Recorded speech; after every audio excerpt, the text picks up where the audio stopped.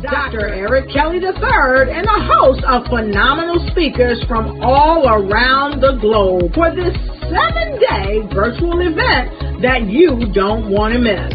The mission of the Black Business Expo is to raise scholarship money from kids all the way from high school all the way from college. The Black Business Olympics is one of the largest Black business showcases in the world. It is an opportunity for businesses and companies to showcase their businesses globally. We are going to be giving away laptops up to $5,000 away to students. Again, I'm Olivia Appleberry, the founder of 2 Cents Finance and one of the speakers for the expo. I am so excited to see you there. For more info, go to www.blackbusinessexpousa.com or call 919-308-9090 and hope to see you there. I am Black Business. From the moment I wake until the time I sleep. Yes, I am Black Business. I am Black Business. Tell me, are you Black Business? I am Black Business. Do you support Black businesses? Listen, I support Black business because I am Black Business. Black Business Expo, one of the largest business showcases in the history of Black business in the world. The world!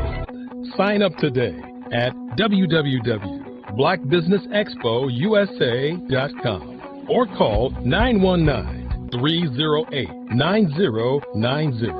I am Black Business. I am Black Business. From the moment I wake until the time I sleep, I am Black Business. I am Black Business. Are you Black Business? I am Black Business. Do you support Black businesses? I support Black business because I am Black Business.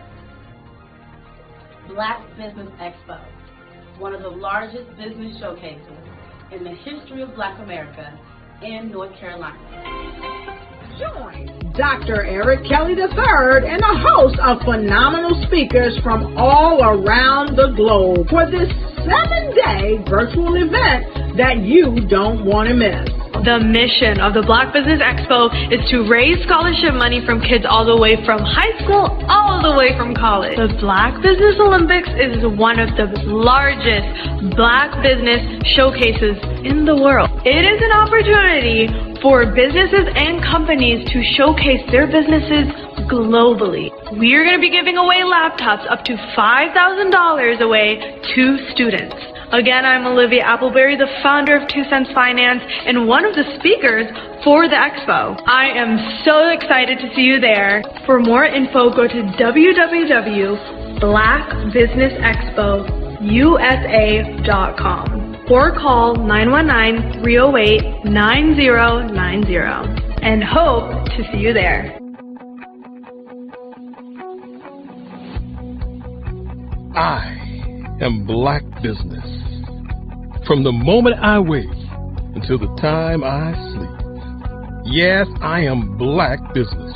I am Black Business. Tell me, are you Black Business? I am Black Business. Do you support Black businesses? Listen, I support Black business because I am Black Business. Black Business Expo, one of the largest business showcases in the history of Black business in the world.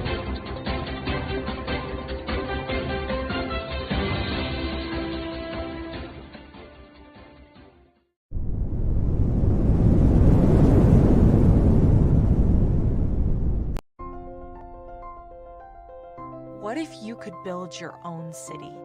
A place where every child can find nurturing people to help them achieve their full potential. A place where every adult can access job training support, where health education is abundant, where social justice ruled the land. a place without limitations. Welcome. You have arrived at STEM City USA. It is what every city should be. A safe and trusted community where you find people and resources to help you become everything you are and beyond. STEM City is unlike anything you have ever experienced. It is a digital twin of the world around you, only better. STEM City is about energy and soul renewal. It is more than a digital world. You can almost feel the power of live cultural events, music, and theater. STEM City promises a better future for children with caring mentors and hands-on activities with dedicated tutors to support our youth.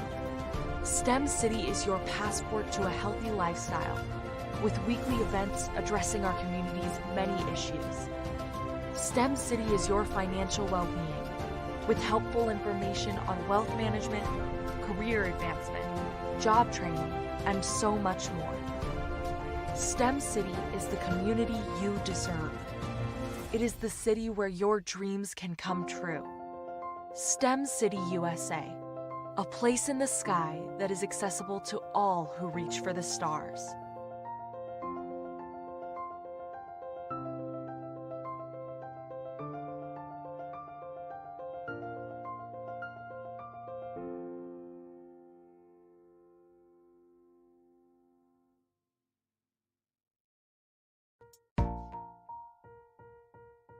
Have you ever seen a parent stressed out and needed a stress reliever with their child? One morning I was coming out of a store and saw a mother and her 3 or 4-year-old son. She was highly upset, actually beginning to yell at him. However, the more upset she became, it seemed the calmer the child became. He sat down on the sidewalk, crisscross applesauce, folded his arms, and looked up at her with a smile. You see, the angrier she became, the calmer he became, because he had the control of the situation. Hi, I'm Frizelma Lynn. I am the CEO and founder of Frizelma Teaching Parents, LLC. I'm a retired teacher, school district administrator, an author, speaker, and I am the Parenting 911 coach. My mission is to rescue families by equipping parents with proven, effective, and practical strategies to enhance their parenting skills. Many times we as a society expect parents to teach, train, and raise their children without providing the necessary tools they need to accomplish this. However, parenting issues cannot be resolved without intervention. Therefore, Frizelma Teaching Parents has provided coaching programs, digital courses, and live webinar trainings to provide step-by-step research-based parenting strategies, even for parents whose children are disrespectful, defiant, for those who have been diagnosed with ADD and ADHD, and even for parents of adult children. No longer will you have the need to feel like you are a failure as a parent.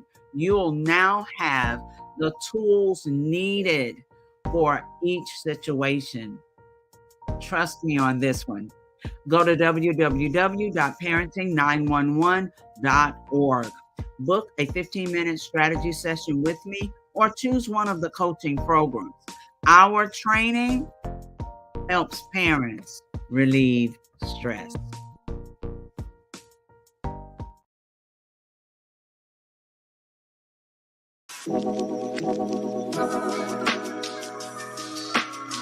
The African company and the African CEO is making a conscious decision to bring on someone external to the continent versus bringing on someone who is from Ghana or Kenya or South Africa.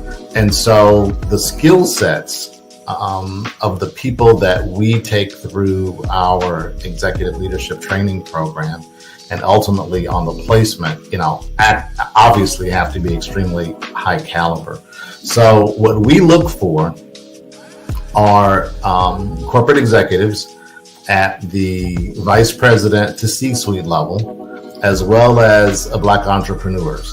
When we look at the Black corporate executives, we're looking for some very specific skill sets, whether that be around supply chain, sales and marketing, engineering, product development.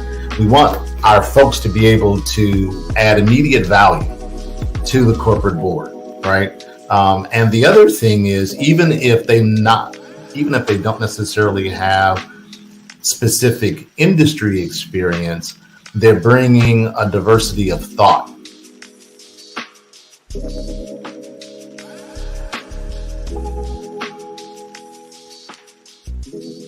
Sometimes you got to hear the news from the Black perspective, and more specifically, Black publishers. And that's exactly why you have to download the HeyTie app, the largest mobile app delivering breaking news, videos, and podcasts from 200 of your favorite Black publishers. Yes, 200 Black publishers delivering news as it happens, literally all in one app. Go to HAYTI.com or download the app in the Google Play Store or Apple App Store. It's completely free, along with information that you can trust, so go check them out.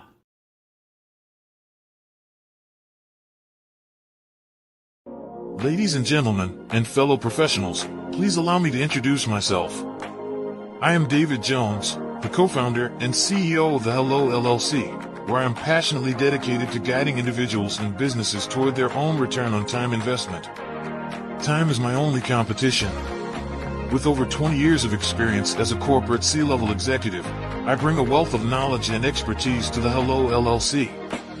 My career journey has been marked by a relentless pursuit of excellence in marketing, strategy, and business management leadership. I have had the privilege of working with renowned Fortune 500 companies such as Xerox, American Airlines, Hilton, and Geico. However, what truly drives me is the transformational work we do at the Hello LLC. We are pioneering a new approach to business in the metaverse, where we empower businesses and individuals to build strong foundations, automate their processes and systems, while thriving in the ever-evolving digital landscape. More than just a 3D digital marketing agency, the Hello LLC is truly a community built on love, kindness, and integrity. We want more for you than from you. As I often say, collaboration is the new competition. In an era where time is the most precious commodity, I am here to guide you toward your own return on time investment, because if time was sold in stores, it would be sold out. With a deep commitment to excellence and a strong belief in the power of community, I don't just lead a company, I lead a movement into the future of business. Ladies and gentlemen, it is both an honor and a pleasure to be your guide on this remarkable journey. I am David Jones, and together, we will embrace a future marked by success, collaboration, and the transformative work we do at the Hello LLC. Hello stands for helping everyone live life optimally. So, let's make that pivot together and start living life optimally today.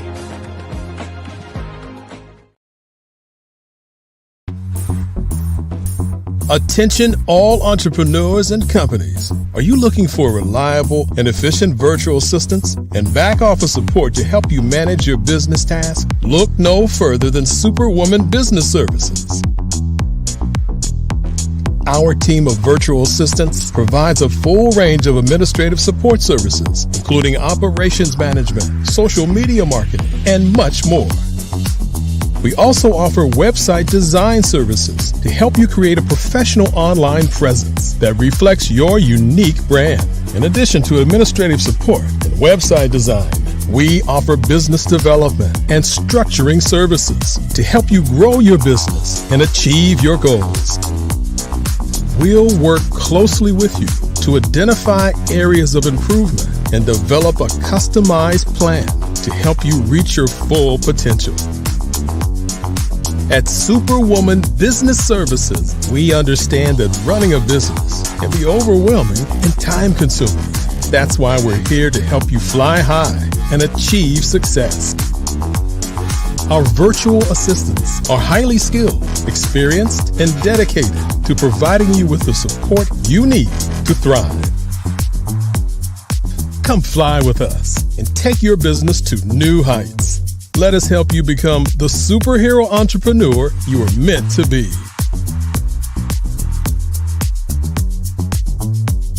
Contact Superwoman Business Services today to learn more about our back office support services.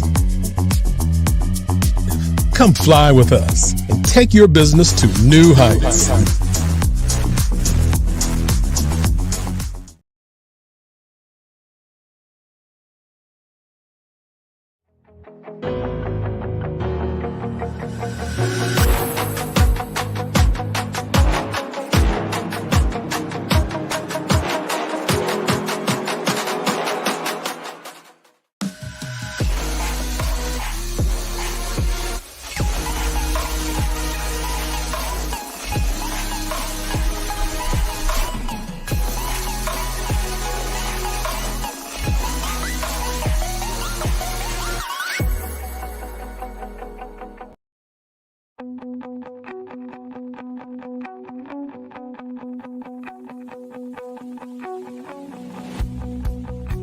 I am Black Business. From the moment I wake until the time I sleep. Yes, I am Black Business. I am Black Business. Tell me, are you Black Business? I am Black Business. Do you support Black businesses? Listen, I support Black business because I am Black Business. Black Business Expo, one of the largest business showcases in the history of Black business in the world. The world! Sign up today at www.blackbusinessexpousa.com or call 919-308-9090. I am Black Business.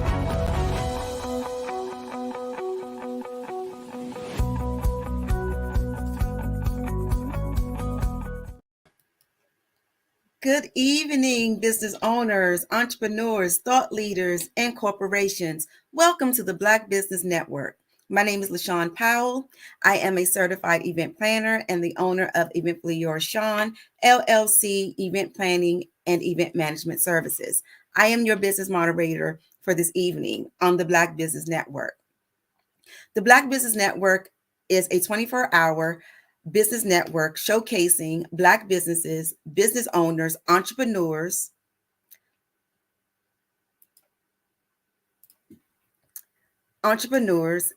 and thought leaders worldwide. We have speakers from North Carolina, London, Singapore, Africa, Japan, and cities all over the United States. The Black Business Network is a global community sharing its business knowledge to empower, inspire, and educate Black businesses about Black business. Our first speaker for this evening is Miss Erica Mann, who will be doing a fireside chat with Mr. Terrence Walker. Miss Erica Mann is the CEO of Prestigious Image, LLC, and Mr. Terrence Walker, also known as T. Walker, is a North Carolina artist, painter, poet, and festival coordinator. He started the Alkaline Festival and Alkaline Live Water Company, and excuse me if I'm pronouncing this wrong, Yadkinville, North Carolina. He is the founder of a nonprofit by the name of Heavy Energy. It is my esteemed pleasure to welcome and present to you Ms. Erica Mann and Mr. Terrence Walker. Hello, LaShawn. Thank you so much. Hello. Good evening. And genius is common, and I'll see you on the other side. Awesome. Thank you, LaShawn. Terrence Walker, Mr. T. Walker, thank you so much for joining us. We greatly appreciate having you. Come off mute for just a moment. It looks like you're mute. My bad. My bad. I thought I had unmuted that. No, I'm grateful to be here. I appreciate y'all for having me, and I'm looking forward to the conversation and the build. Same here. So let's talk about some of the things that you have accomplished.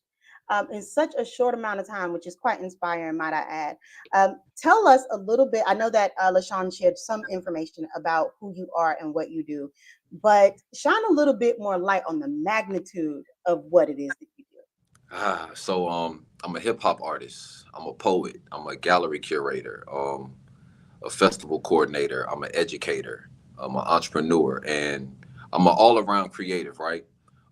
And I'm inspired, just by the people around me, and so which incorporates, what has created this magnitude of things I do, and it's all about giving back, to the people, whether it be through knowledge, whether it be through resource, whether it be through experience, which can educate and inspire. Um, and I'm grateful, to have this gift, but also these resources and these connections to people, and it's things, like this, what I'm experiencing now, that have inspired me, because I come from a family of business owners and entrepreneurs. So it's in my blood. I come from a family of speakers and organizers and creators and connectors. So to be able to continue out that legacy, just feels amazing. Thank you so much for giving us a little bit more detail there. Talk to us about live alkaline water and what that is and how that ties into the Alkaline Festival and how that gives back to the community and how it supports the community. Yeah, so live alkaline water, we're the best hydration in the nation. So it comes from a Black indigenous family owned property, here in Yadkinville, North Carolina, right? We're on a crystal mineral based body of land. So the minerals in the water is 100% natural. The pH is balanced naturally as well, which is why we call it live. It's coming from a living source. We don't get it from a source where it has to go through a process of being essentially killed and dead and brought back to life with false minerals. So I like to highlight that, because we are living beings and we need things in our body that's going to enhance us, not take things away, from us as well. So we've created the Alkaline Festival around that. We wanted to create a holistic healing experience. Through festival, where the water is coming from is where this festival is held. And there's a lot of, development and things that's happening there that sometimes you can talk people to death and you can tell them what things look like on another side of life, or if you are growing your own food and things of that nature, or sometimes you can just be active and do things. And I think that's really what activism was all about, things in action. So this is a thing of action. It's an experience where people can come together for 3 days and 2 nights, experience live music, yoga, meditation, camping, bonfire, hiking, vendors, food trucks, etc. And it's all businesses that look like and represent them, but represent holistic healing and health and wellness. And we want to constantly highlight that, because we can't have business if we aren't healthy. I agree. And that is quite an effort, what you're talking about, as far as like the Live Alkaline Water Company, as well as the Alkaline Festival. When is the Alkaline Festival? It is August 2nd through the 4th. August 2nd through the 4th. Awesome. And so tell us how that came to be. How did you come up with that idea? How did it transform over time? Yeah, so that was actually, in a way, gifted to me, I'll say. Because, we have all this land and space and opportunity, and I was given the idea to create a celebration. So let me just paint the picture for you. So out there on the property, you've been there, there's tiny homes and things of this nature, but some of those tiny homes are converted into a kitchen or a restaurant, a cafe. Some have been converted into a fitness center. So with the grand opening of the restaurant, it was like, let's create like a celebration, for that. And me, I always think big. So I'm like, no. I don't want to just do like a grand opening. Like, I want to do a festival. I want to do an experience where people can come together and we can have fun and we can celebrate the opening of this business, but to celebrate the continuing, support of this space. But I'm like, why not bring other businesses, Black businesses out here, where we can support all of these people so that we can know where we have these other resources. And that festival turned into an annual thing. We'll be hosting it for our 4th year this year. And it continues to grow. We continue to meet new people. We continue to get new resources. But our main goal is to create an economy, within our space, so that we can continue to be an example, again, of just not talking about it, but doing it, but also like utilizing other resources that we have. I'm an educator, so I bring educators to the space, because eventually we want to create our own space where we can educate, and educate on things early. I don't feel like young people have to wait to get to college to experience things. The things that they're hearing in music and that they're regurgitating lets me know that there's so many other more impactful things that they can like get at an early age. And the festival creates that space. Let's talk a little bit about the educational piece that you mentioned. For sure. You created and founded Heavy Energy University, right? Yes, Tell us indeed. what that is, how it came about, and how it kind of connects to everything that you're doing. So I'm a hip hop artist, and I was getting ready to go on tour. Um, I was working on an album. You know, I had a song called Heavy Energy, and I was thinking of what I wanted my entity to be. But I also knew that I was in a space of I actually wasn't an educator at that time, but I was being led into that direction. You know, I was being encouraged, you know, to go in that direction, especially as a Black man needed more in schools and spaces like that. And also didn't have money to invest in some of the things that I wanted to invest in, one being my website. But I knew that I could do it myself. So I taught myself how to build my website. And I learned all the intricate pieces of it of creating that e-commerce space to where I can sell my merchandise, to where my music could be sold. And it also became a thing that I could teach other people. So that's why I added the university piece to it as well, because I was like, I can teach myself this, but I can teach other people. And there were other components of technology and music and the music business that I wanted to educate to young people. And that's just where that came from. And it manifested into something greater than what I was even intentionally putting into it as well. And that's another space that I teach from, because faith without works is dead, you know, essentially, you know, type of space. And I'm like, once you get the ball rolling, the things that you want to draw onto you will happen. So in creating Heavy Energy University, I drew in other spaces of technology that I wanted to learn about. I drew in other educators that were my friends that would also encourage me to get into education, and so on and so forth. I'm definitely hearing a theme. And so I feel like we should touch on it and how important it is in the Black community, especially within Black business itself, is education. From what For I sure. understand and know about you, you do have some type of university residency at North Carolina A&T State University, correct? Well, I teach at the middle college. At the middle college. So Tell us about that experience and how that lends to how you view and place value on education, even through the work that you do as an artist.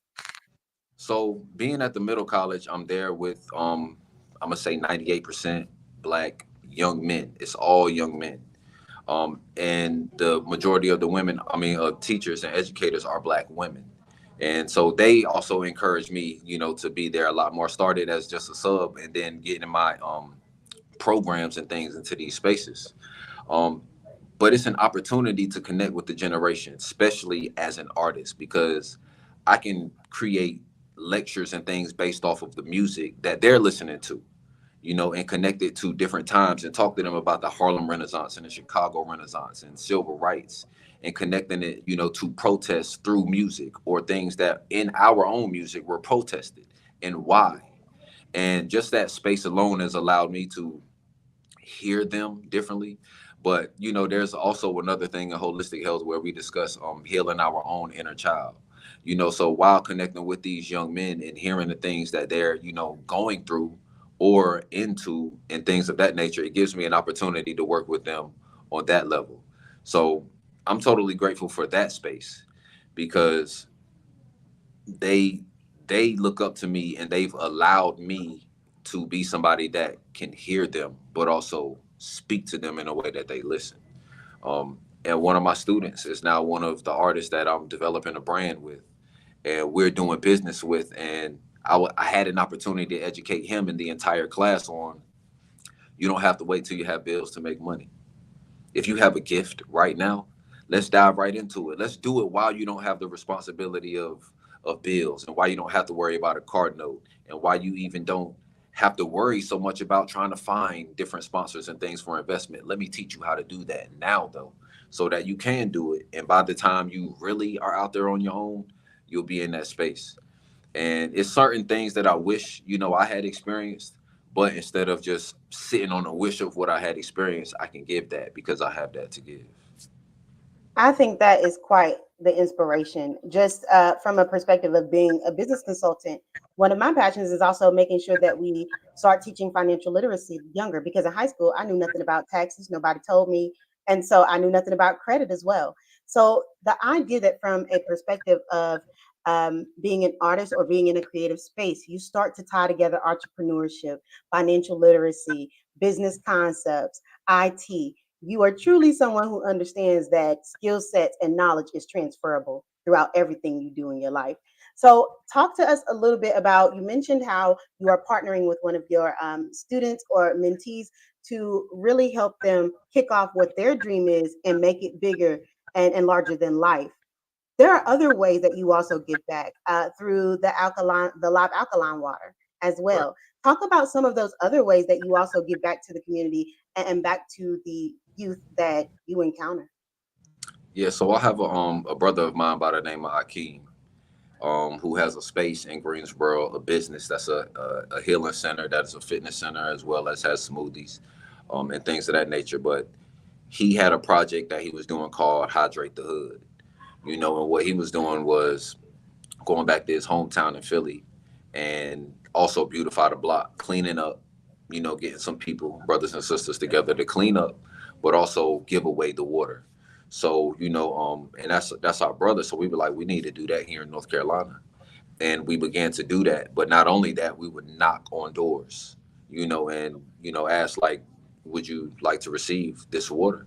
And sometimes there were no's, but other times it was an opportunity to educate. But then you'd meet somebody who is dealing with cancer or diabetes, and their doctor had suggested them alkaline water, but it was just cheaper to get this other type of water. So here we were giving it to them, and now we had somebody that, I mean, of course we know that people need it, but sometimes you're like, but I know for a fact that I need to stay in contact with them, and I can't say I've done the greatest job of that part in particular. But, we get to connect with people and go into other communities, and then we do business in Atlanta. So we'll connect with somebody and be like, listen, let's do this Hydrate the Hood project there. And we're expanding, that idea, because there's a Flint, Michigan like crisis going on in our communities all over America, and nobody's coming to give them anything. So because we have this resource and because it is benefiting us, why not take it to the places where they can benefit, as well? And sometimes we do that through just giving it, and sometimes through fundraising. We also want our people to know that sometimes we spend money in places where we don't even know what's being done with that. So spend with us, and as we funnel it here as well, what it is that we're doing. You see it, you're a part of it. Because we do also open the doors for other people to come put some gloves on and carry some trash bags while we clean up, knock on some doors with us, look at some smiling faces, and feel good how you feel good. But yeah, that's one of the ways we give back, because again, we need healthy people. You also work with, because you talk a lot about community, and I can tell it's a huge part of who you are. It's a part of who you are at like even a DNA level, it seems like, through family ties. Talk Absolutely. a little bit about the collective of artists that you have networked with, created. I believe that some of them have been on tour with you as well. So I just completed a 16. Well, it started out at 16 cities. We added cities along the way, but it was a 16 city tour um, throughout the Southeast and parts of the up north. But what I love about creatives is sometimes we're creating from such a passionate place that we don't even recognize that we're creating history. Um, I bring this up a lot with people. There was an artist by the name of Chief Keef who's from Chicago, and he began drill music, and the music was destructive, but I had to take a step back myself as someone that had more experience than that 15-year-old man at that time, um, who used my music to tell a story that he was really only sharing what his experience was.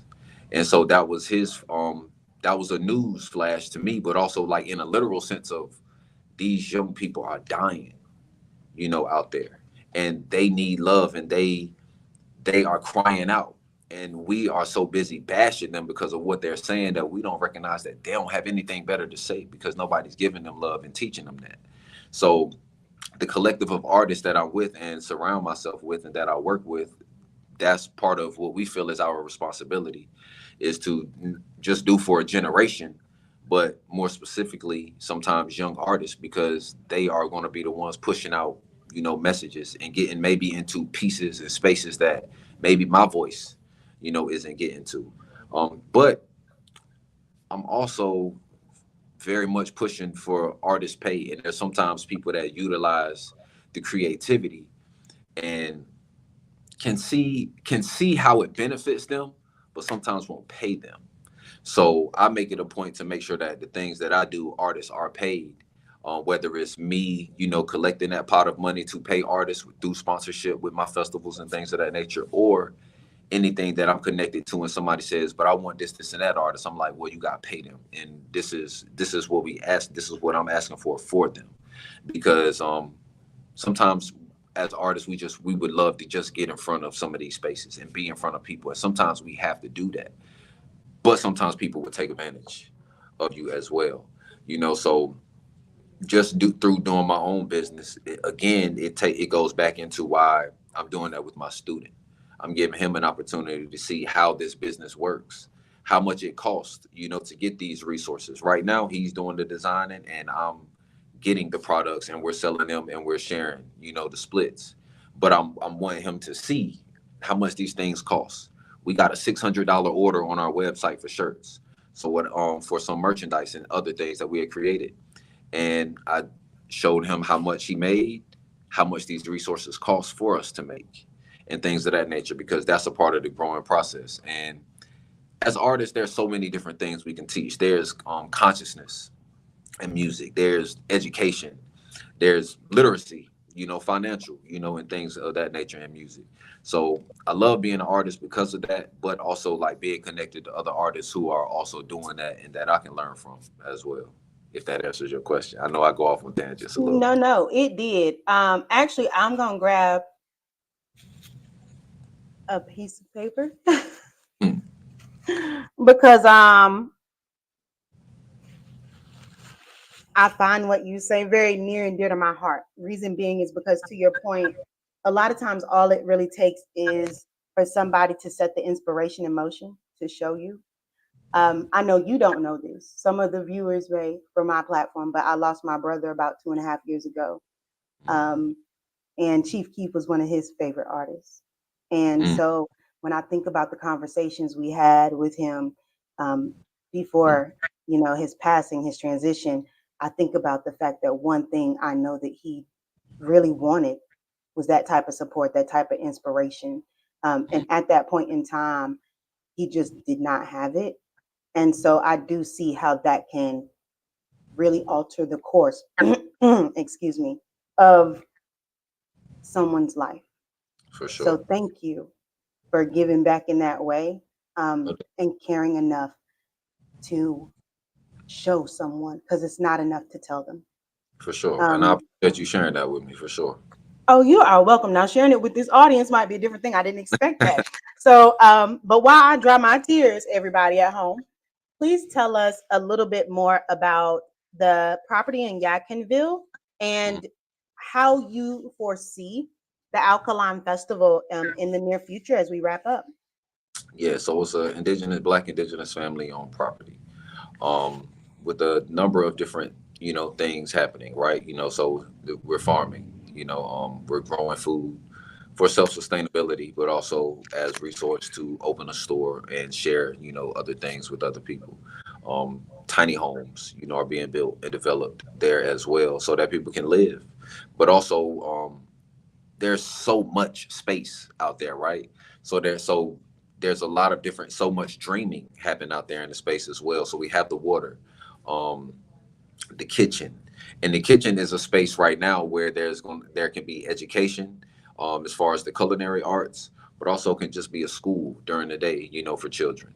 The fitness center so that we can focus on our physical health, which also contributes to our mental clarity and things of that nature as well. But we've also built a stage out there because, of course, we have our festival. And KRS-One was the first person to touch our stage, that we built out there as well. And people got a chance to experience that. And I think that alone, inspires people. But goals, and plans for the future, as an artist and as a creative, there's so many different spaces of retreat, that I want to create. For artists who want to just get away, come sit by a bonfire, do some fishing while they record their music at the same time. There's so much music that I've recorded by the bonfire, out there on that land.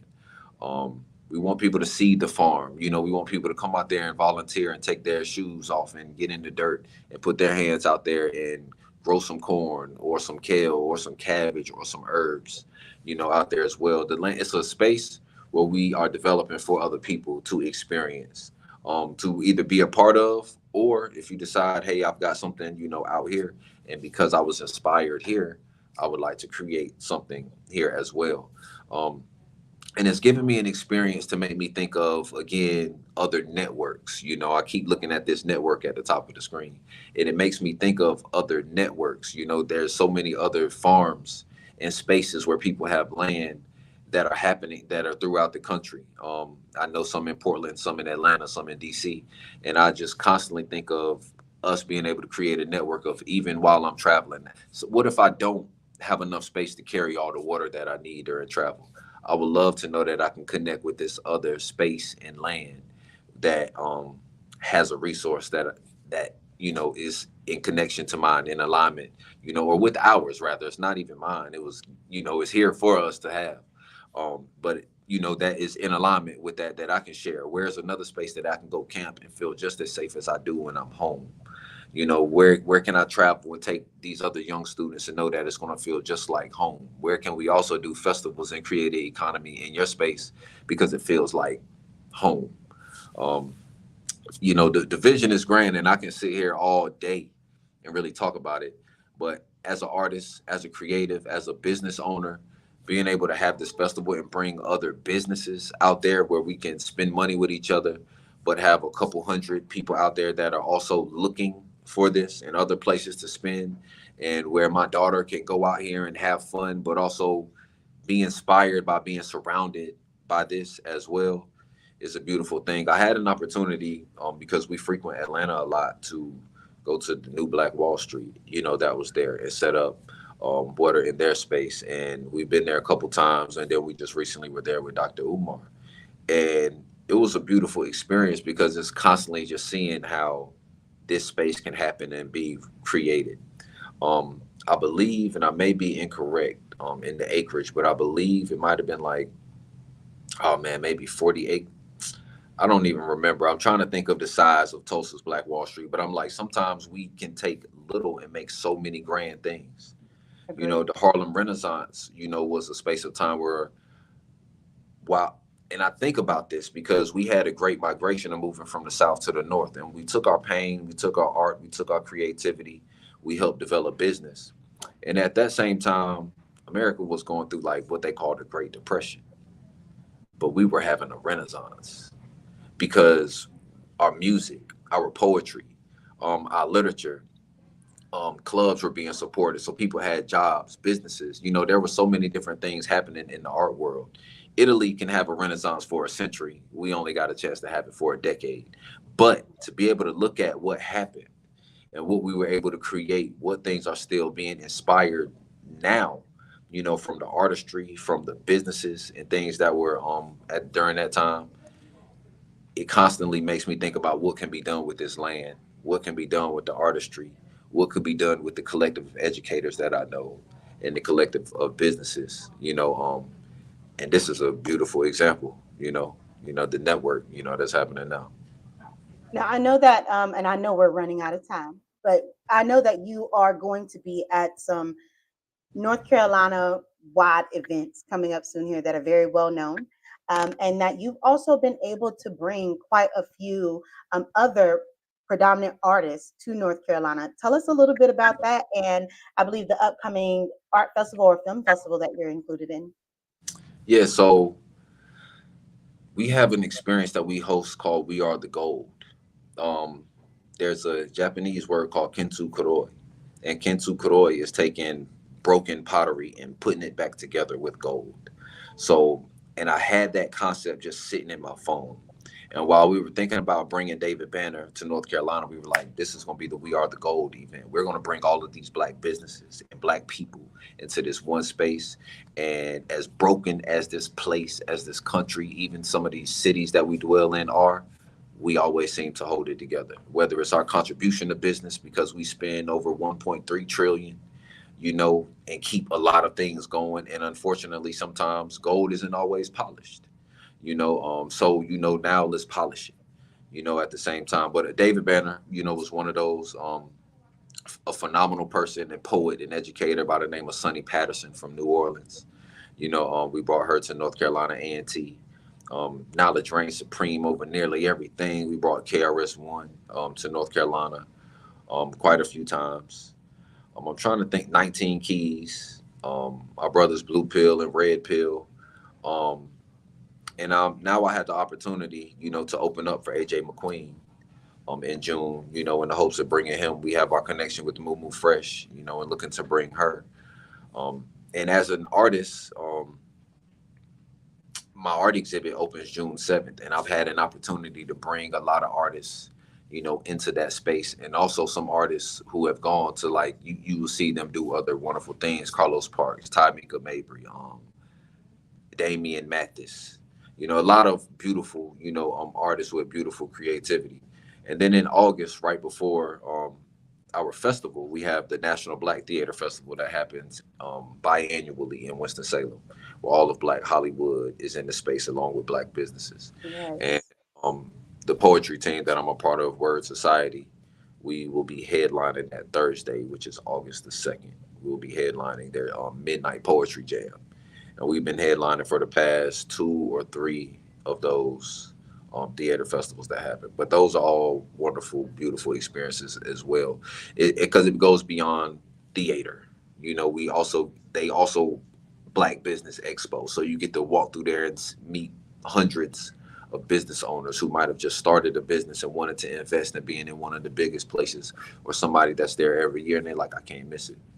And people come from all over the place. So it's also an opportunity to just make connections with somebody that's somewhere else and learn their story and why they decided to even come here themselves.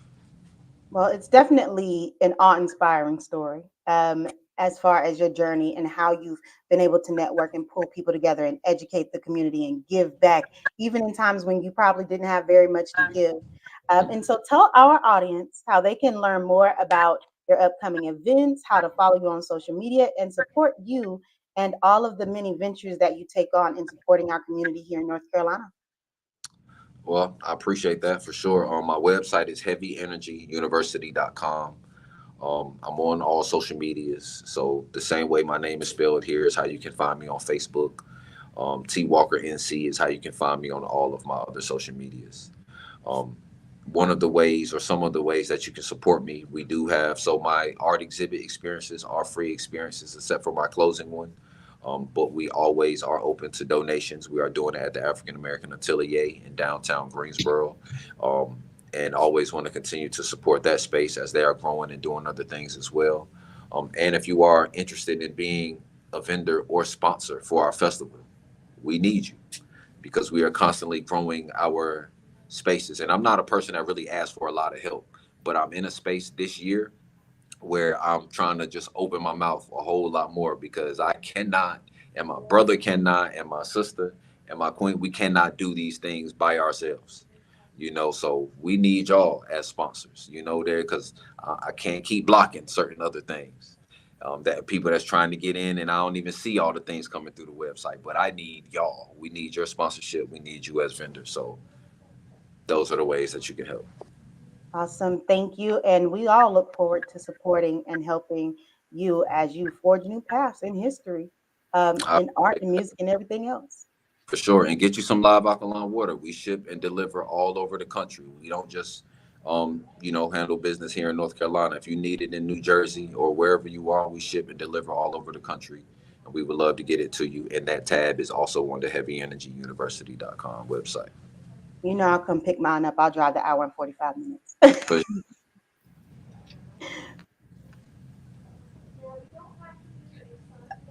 All right. Okay. Well, thank you. Thank you so much. Thank you, Erica. Thank you, Terrence. Thank you for your time. Thank you for the information. It was a wealth of information. Thank you. We really appreciate it. And genius is common, and I will see you on the other side. Thank you. I appreciate y'all for having me. I look forward to reconnecting. Same. Thank you both. Yes, sir. Thank you. All right. That was great. Great information. So we're going to go ahead and, of course, promote our sponsor, our scholarship that we have. The Black Business Expo's mission is to raise funds for high school seniors going to college or K through 12 entrepreneurs. This expo is a fundraiser for students. You may go to www.blackbusinessexpousa.com to donate to the scholarship fund or use the Cash App. And the Cash App is $BBXUSA. Our goal is to give laptops up to $5,000 to 10 students. Students can register online at blackbusinessexpousa.com. Every dollar counts. We want to remind you to donate to the scholarship fund today. We would also like to thank our Black Business Expo USA sponsors for the month of May.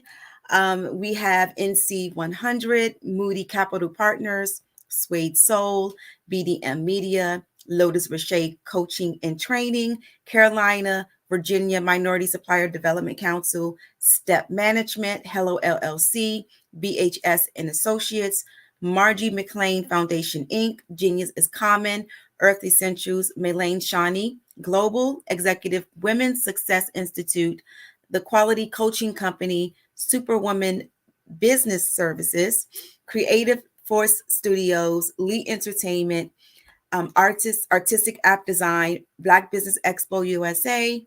We thank you very much for your contribution to this great cause. And Genius is Common. I'll see you on the other side.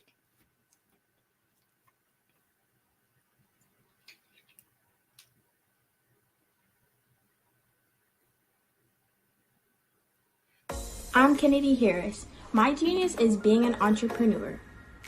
I'm the CEO of K-Lock, a company where I develop my very own line of kids supplements. I currently market my multivitamin for kids to help combat weak immunity. During the pandemic, research has shown that having a strong immune system is key to fighting off disease. My vitamins are for kids, but adults can benefit from them as well. I'm adding a proprietary blend to my supplement line. I want to create my own blend so that I have a competitive edge in the marketplace. Staying healthy is important to me so that we live longer and have healthier lives.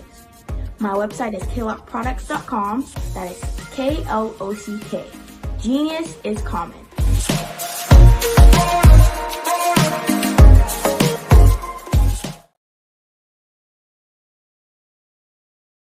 I'm Ramon Ray, founder of Smart Hustle Magazine and smallbiztechnology.com.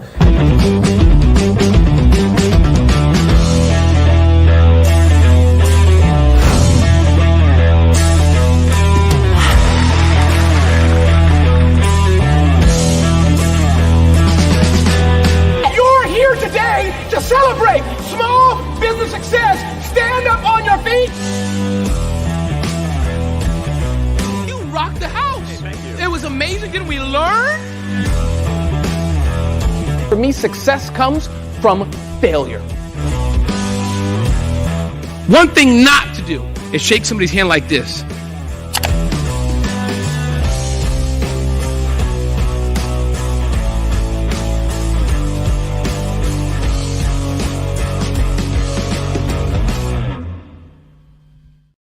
Over the past few years, we've seen the growth of existing and new initiatives focused on financial inclusion, building global networks, and reducing the wealth gap in response to the idea there's not enough seats at the table.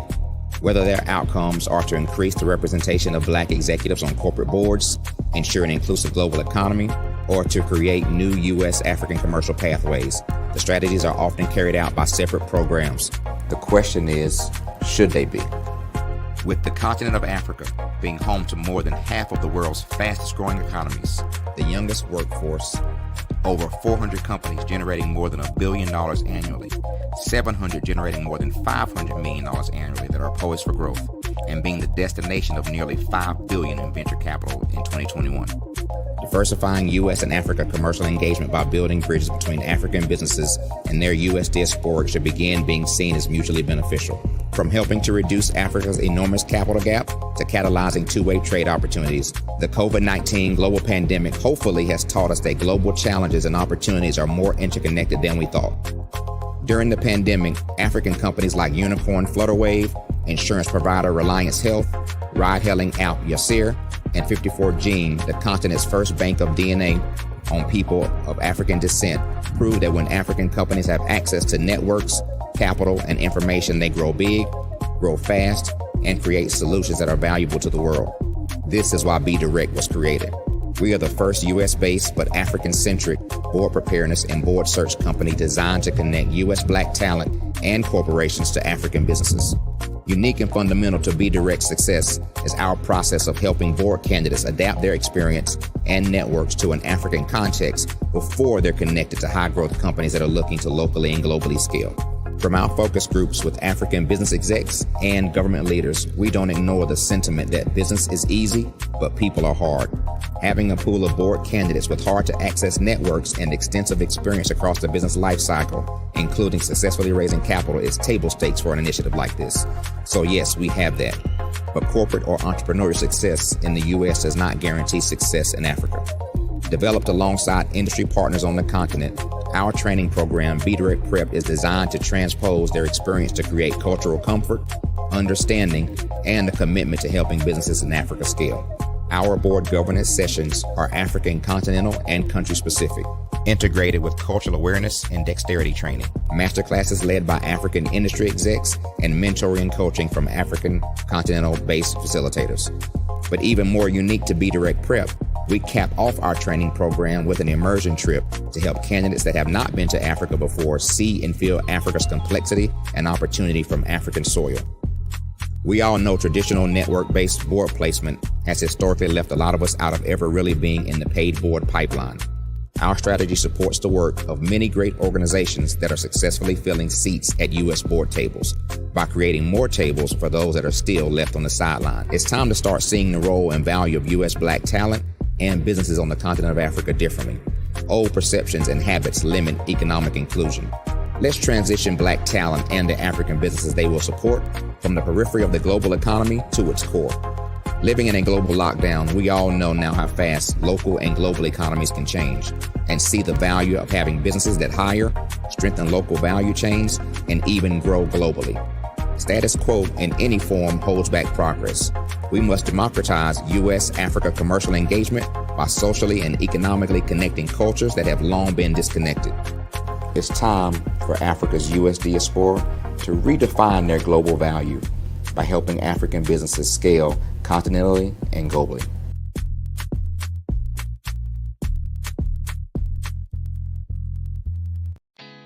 Did you know women represent just 3% of Fortune 500 CEOs and less than 15% of corporate executives at top companies worldwide? Have you wondered what the secrets are to getting into the top ranks, whether in the private or public sector? Do you want to figure out how to stop being held back in your career or passed over for promotion? Then you're in the right place. Hi, I'm Dr. Madeline Ann Lewis, President and CEO of the Executive Women's Success Institute. I have decades of experience in the military, the federal government, and corporate America, and my mission is to help women succeed and tap into their full potential. I want to reach 1 million plus women around the world to become the leaders they are meant to be. So if you want to move into a management or executive level position, or maybe you are a female veteran transitioning out of the military into business entrepreneurship, then reach out to the Executive Women's Success Institute at 301-693-3284. Let us get you on the fast track to success.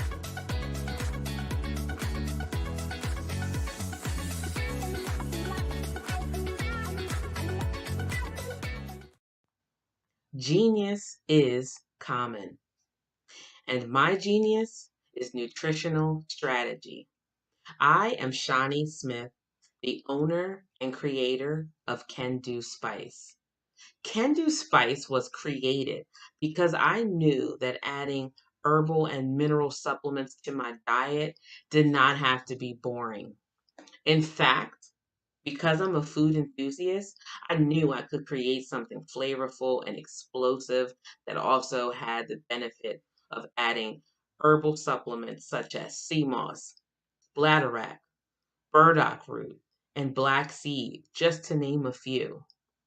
I invite you to take this journey with me where we come together and take control of our nutritional health.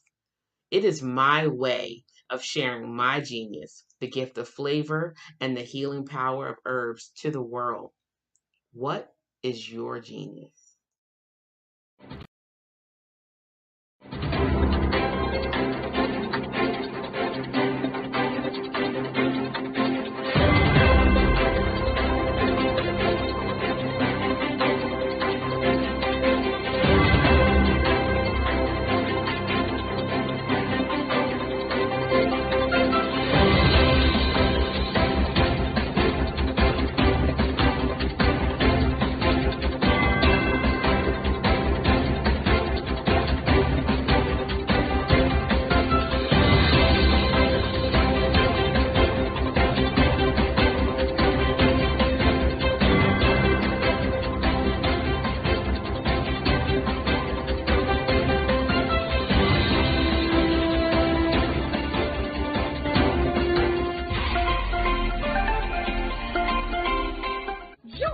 Dr. Eric Kelly III and a host of phenomenal speakers from all around the globe for this 7-day virtual event that you don't want to miss.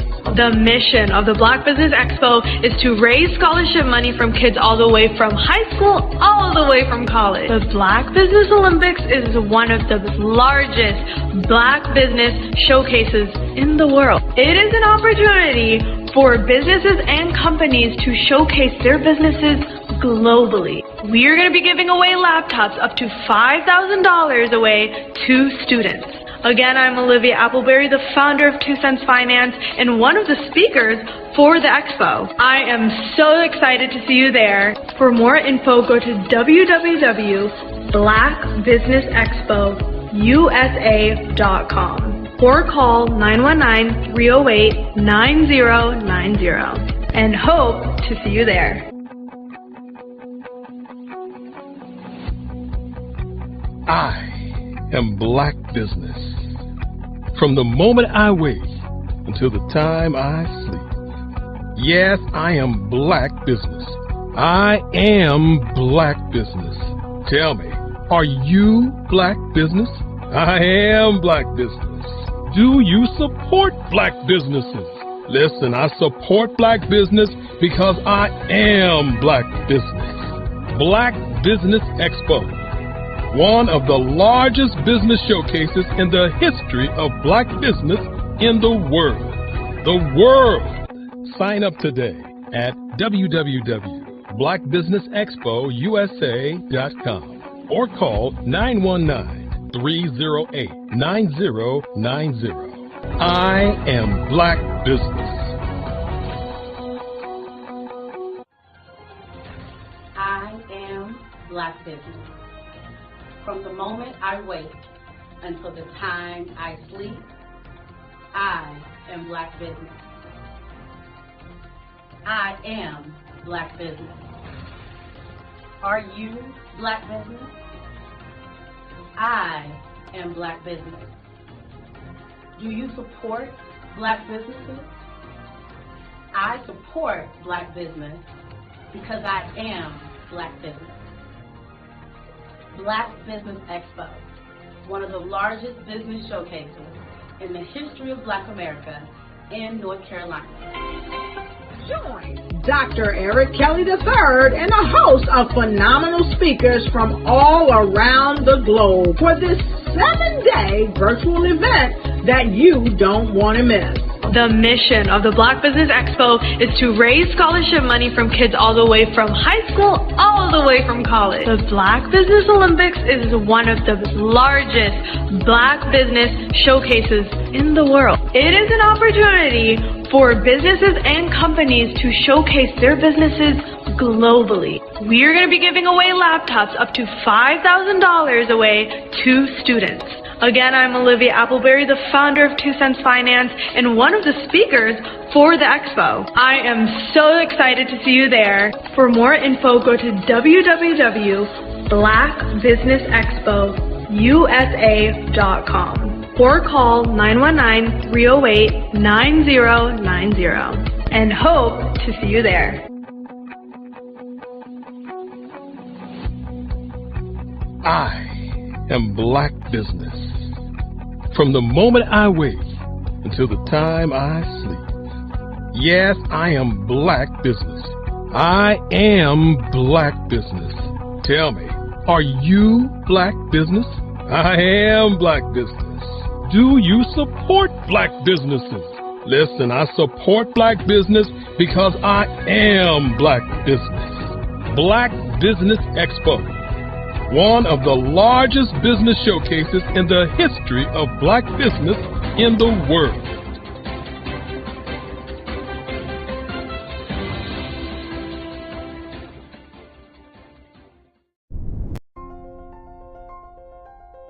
What if you could build your own city? A place where every child can find nurturing people to help them achieve their full potential. A place where every adult can access job training support. Where health education is abundant. Where social justice ruled the land. A place without limitations. Welcome. You have arrived at STEM City USA. It is what every city should be. A safe and trusted community where you find people and resources to help you become everything you are and beyond.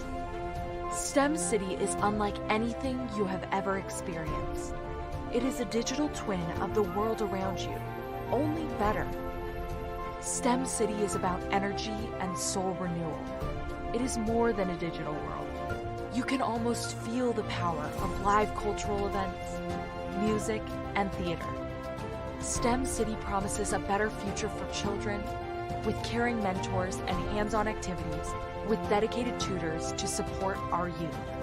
STEM City is your passport to a healthy lifestyle with weekly events addressing our community's many issues. STEM City is your financial well-being with helpful information on wealth management, career advancement, job training, and so much more. STEM City is the community you deserve. It is the city where your dreams can come true. STEM City USA, a place in the sky that is accessible to all who reach for the stars.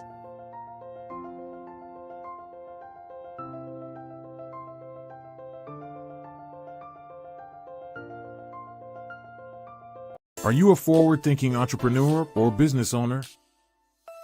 The world is changing faster than ever, and it's time to pivot and adapt to the future. Hello LLC is here to help you do just that. Hello stands for helping enterprises leverage leading-edge optimizations. Our innovative solutions can streamline operations, reduce overhead costs, and give you a competitive edge in a market projected to reach $5 trillion by 2030. By pivoting to the metaverse, businesses can tap into a rapidly growing market that is projected to be a significant part of daily life for 25% of Americans by 2026. As a full digital metaverse agency, the Hello LLC can help you create custom solutions to streamline operations, increase productivity, reduce costs, and drive brand recognition. Why should you pivot to the metaverse with the Hello LLC? By leveraging cutting-edge technology, you can provide immersive experiences for your customers, expand your global reach, and unlock new revenue streams. Contact us today to make the pivot.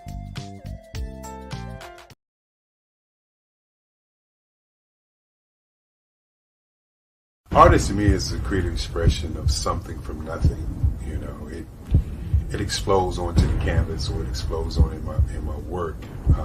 One of the things that I try to do more than anything is I try to just give the lines and the movements and emotions and expressions into what I do. art really means to me a chance to express how I feel deep down inside. Most of my art begins as a thought that I might have, you know, whether it's sports, whether it's history, whether it's a woman or a man. It pretty much starts as an idea of thought before I get into the actual image of what I'm going to draw. I do a lot of historical pieces. I was a history minor in college, and I love to do history pieces. And a lot of times I'm thinking about history, and then I try to make that history impact you as you look at it. That's one of the reasons I do pictures so large. You know, people ask me, why do I do the pictures so big? And I tell them, I want the piece to impact them as they're looking at it, to kind of dominate them, dominate their space. And most of my pieces I try to do off page. I don't try to do anything that's going to be in those four corners or in a square. And I want your imagination to be a part of the piece that you're looking at.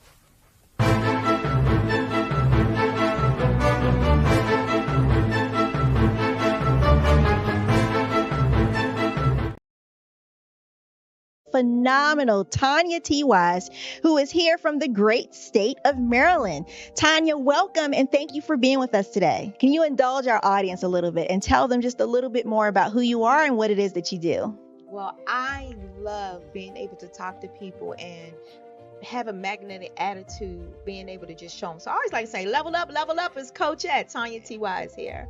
So can you tell our audience, just give them a teaser about what your presentation will be about?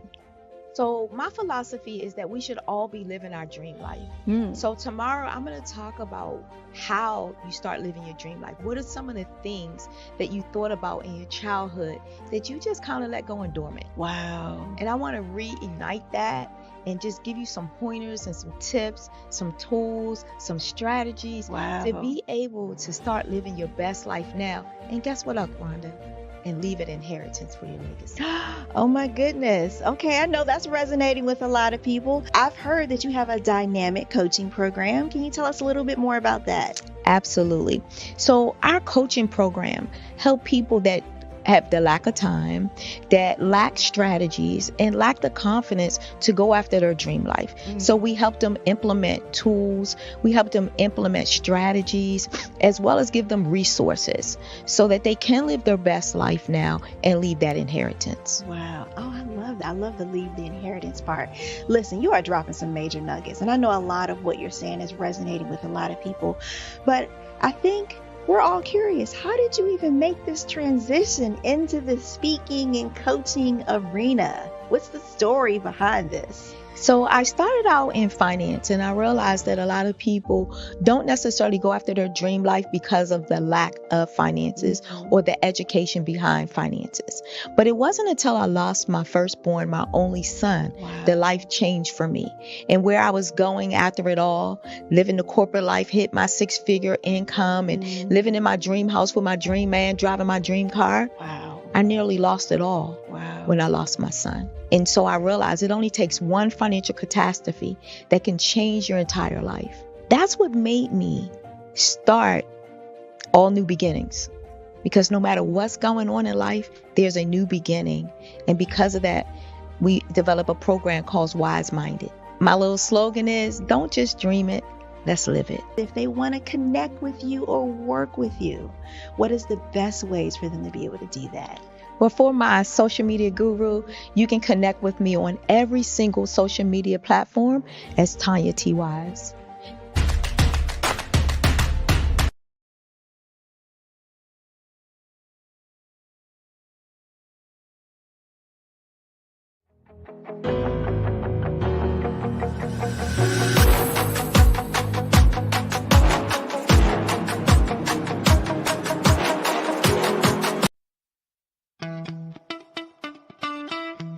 How many times have you been asked to help someone you didn't even know, a student, a business entrepreneur?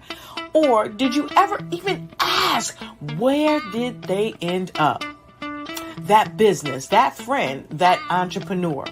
Well, just maybe they ended up in a gang, bankrupt, homeless, or worse, dead. Maybe they turn to crime, drugs, and alcohol. Did you ever wonder? Did you destroy their dream, or was your life always so easy? At the Black Business Olympics, we started a movement to help students complete. Give them hope and foster success. Help them to leave their dreams of providing laptops, computers, and up to $5,000 in scholarship funds. Today, we ask you to help a student, a business owner, or an entrepreneur to realize their dream by sponsoring them, supporting them, and buying from them. Consider this. With $1.6 trillion in our Black community, we only ask for a small donation for our students, our businesses, and our entrepreneurs. And you can change a life today. So I ask you, what are you going to do? Sit on the sideline and watch our students in high school be leaders, miss out on their dream from lack of resources? Or are you going to donate to the movement and change their future and yours as well? Give us a call today at 919-308-9090. Change their life by investing with action to the Black Business Olympic Fund. The Black Business Olympics, one of the largest business showcases of Black business in the history of the world.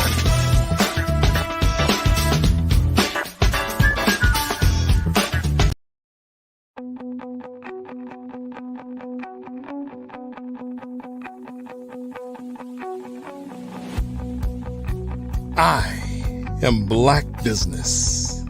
From the moment I wake until the time I sleep. Yes, I am Black Business. I am Black Business. Tell me, are you Black Business? I am Black Business. Do you support Black businesses? Listen, I support Black business because I am Black Business. Black Business Expo, one of the largest business showcases in the history of Black business in the world. The world. Sign up today at www.blackbusinessexpousa.com or call 919-308-9090. I am Black Business.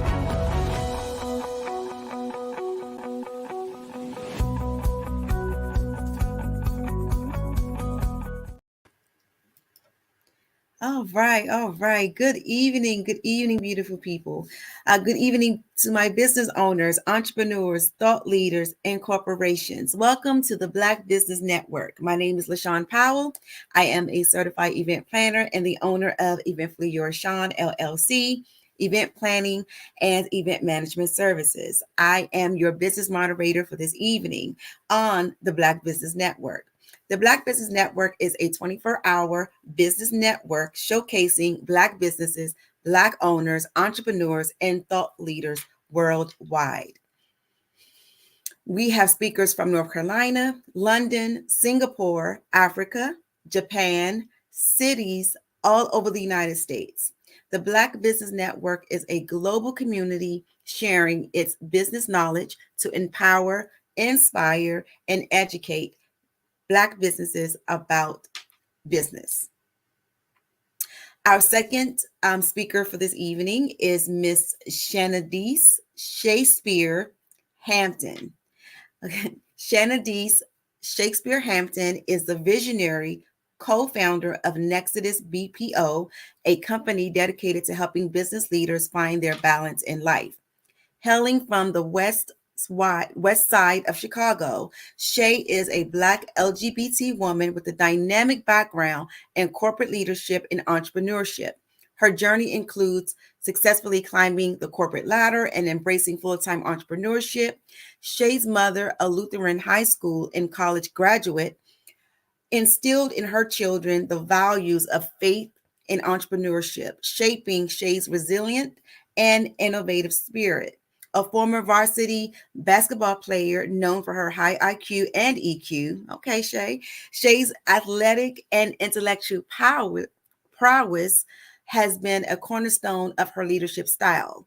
Her personal experience as a mother to 2 white children and her son living with her full time provided Shay with a deeply personal perspective on diversity, equity, and inclusion. The perspective is integral to the mission of Nexus BPO, which is committed to fostering inclusive growth and opportunity. It is my prestige, pleasure, and honor to present to you Miss Shanadise Shakespeare Hampton.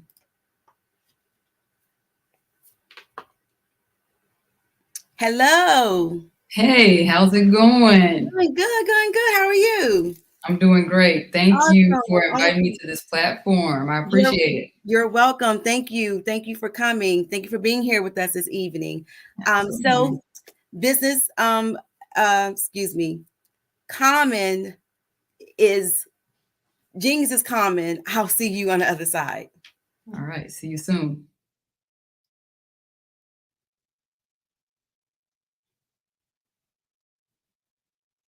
Hello, I am Dr. Eric Kelly III, the visionary strategist and founder of the Black Business Olympics. I invite you to showcase your Black-owned businesses on the Black Business Network global stage. The Black Business Olympics is a global Black Business Network platform that propels Black-owned businesses into the international spotlight. By showcasing your business on the Black Business Olympics platform, you can reach a worldwide audience of potential customers, partners, and investors. You can also establish yourself as a thought leader and expert in your field, attract lucrative partnerships, and more speaking engagements. In addition, the Black Business Olympics platform provides a valuable opportunity to connect and collaborate with like-minded entrepreneurs and business professionals from around the world. This can lead to new business opportunities, ideas, and relationships. Finally, by sharing your story and expertise on the Black Business Olympics platform, you can inspire and empower others. This is a powerful way to make a positive impact on the world and leave a lasting legacy. If you are a Black-owned business owner, I encourage you to seize the opportunity to showcase your business on the Black Business Olympics platform. It is a once-in-a-lifetime opportunity to make an indelible mark on the world. Be one of the 1,000 visionary entrepreneurs who are changing students' lives, shaping industries, and leaving an unforgettable legacy for their families. Unleash your voice on our global stage and watch your business thrive. Black Business Olympics is one of the largest Black business showcases in the history of Black business in the world. Yes, the entire world. Just give me a call today at 919-308-9090.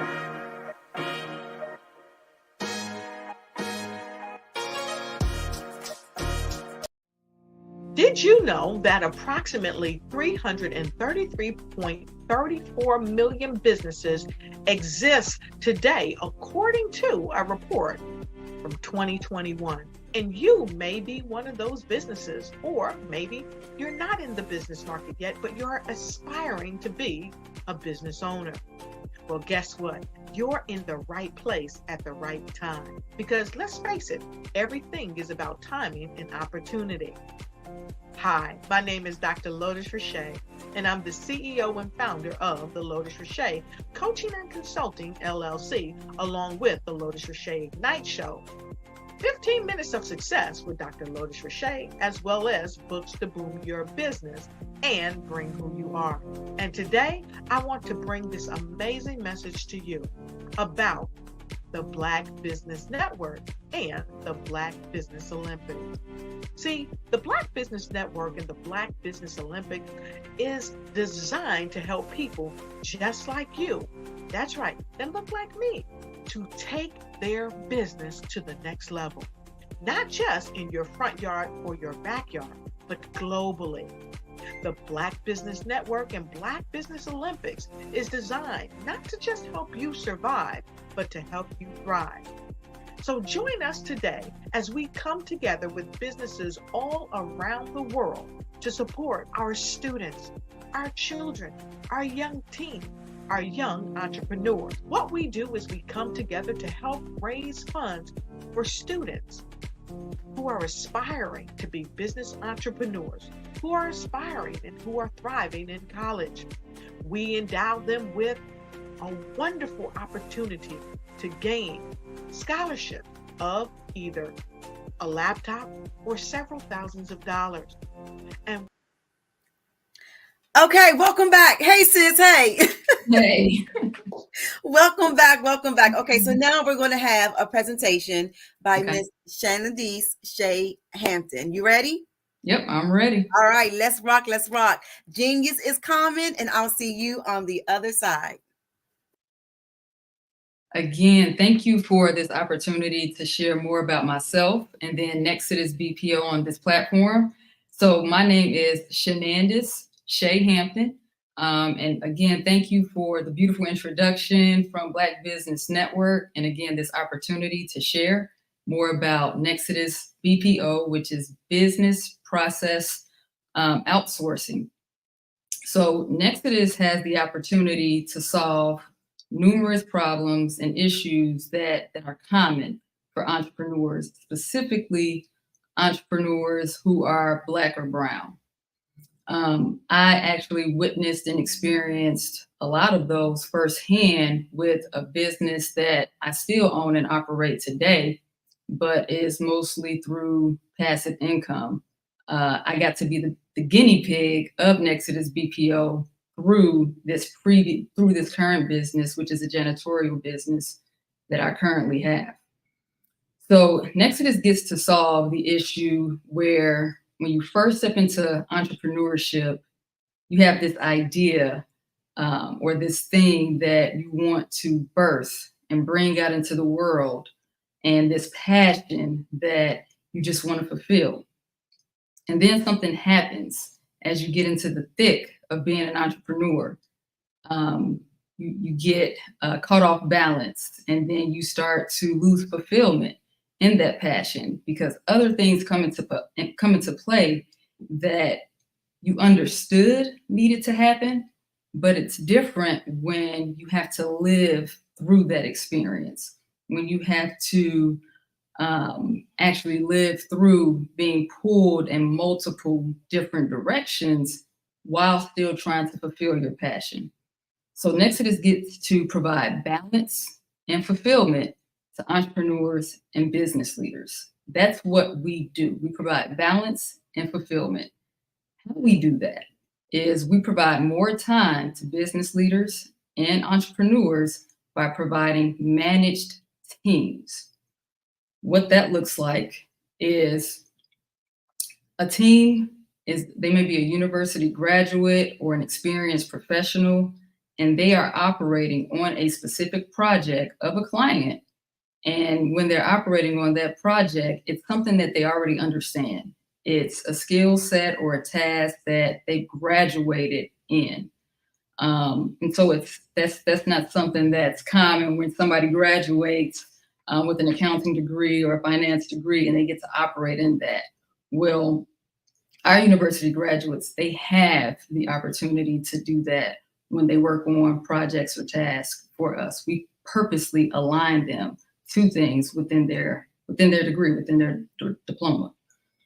And we do this, we provide systems and teams at affordable costs for our clients, because that's the other thing that comes into play when you set out to be an entrepreneur and you have this passion. You want to scale, but it's difficult to scale because there's a cost associated to it. Not a lot of things are free, and coming across free things is difficult. But coming across inexpensive things, we make possible through Nexodus. We are the next Exodus when it comes to systemic barriers for Black and brown entrepreneurs. The type of support that we provide to our clients it's a large array. When you think about virtual assistants and the type of support that virtual assistants can provide without sitting physically with you, we do all of those things. But when we think about systems and when we think about virtual assistants, it's bigger than that for Nexus. So we do things through systems and through technology, but we think of systems as systems of people, because when you have people operating together, that should function as a system. When you have technology, a lot of times companies or entrepreneurs there are systems that operate individually or independent of one another. We bring those systems together so that they're communicating as one unit. So it's systems within systems that are talking to each other. And then systems of processes.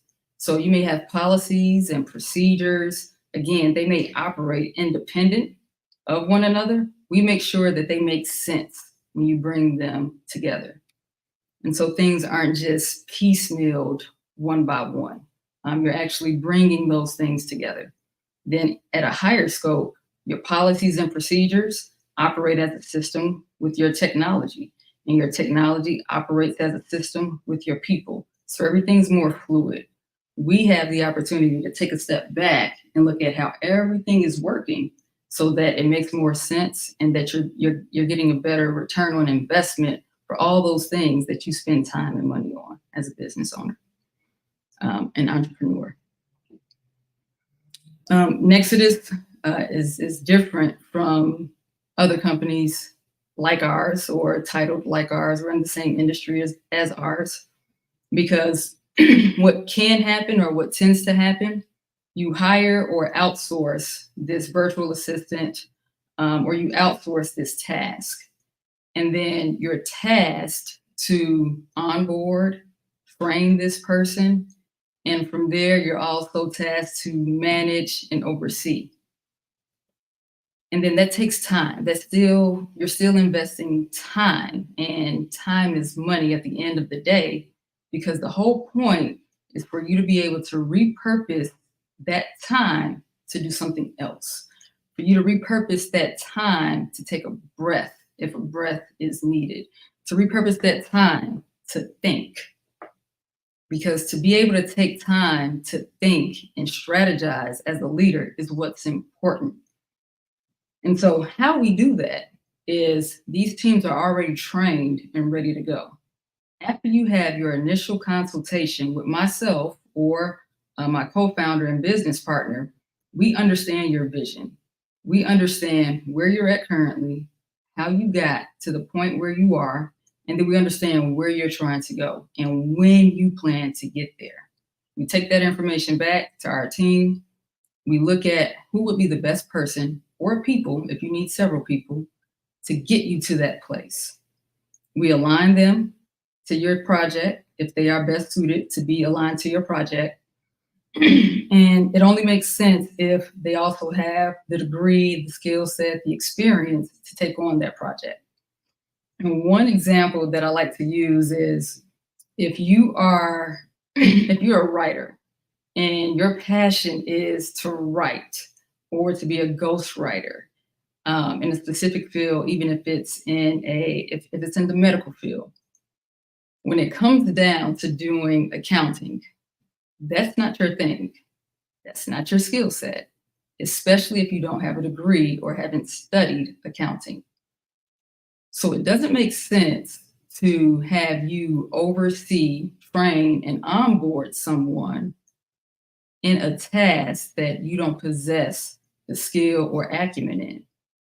So we use our accountants who have graduated in that field, and then we also use university professors who teach that skill set, they're the ones grading the papers, right? They're the ones who deem our accountants and CPAs and so forth ready to do that work as experienced professionals.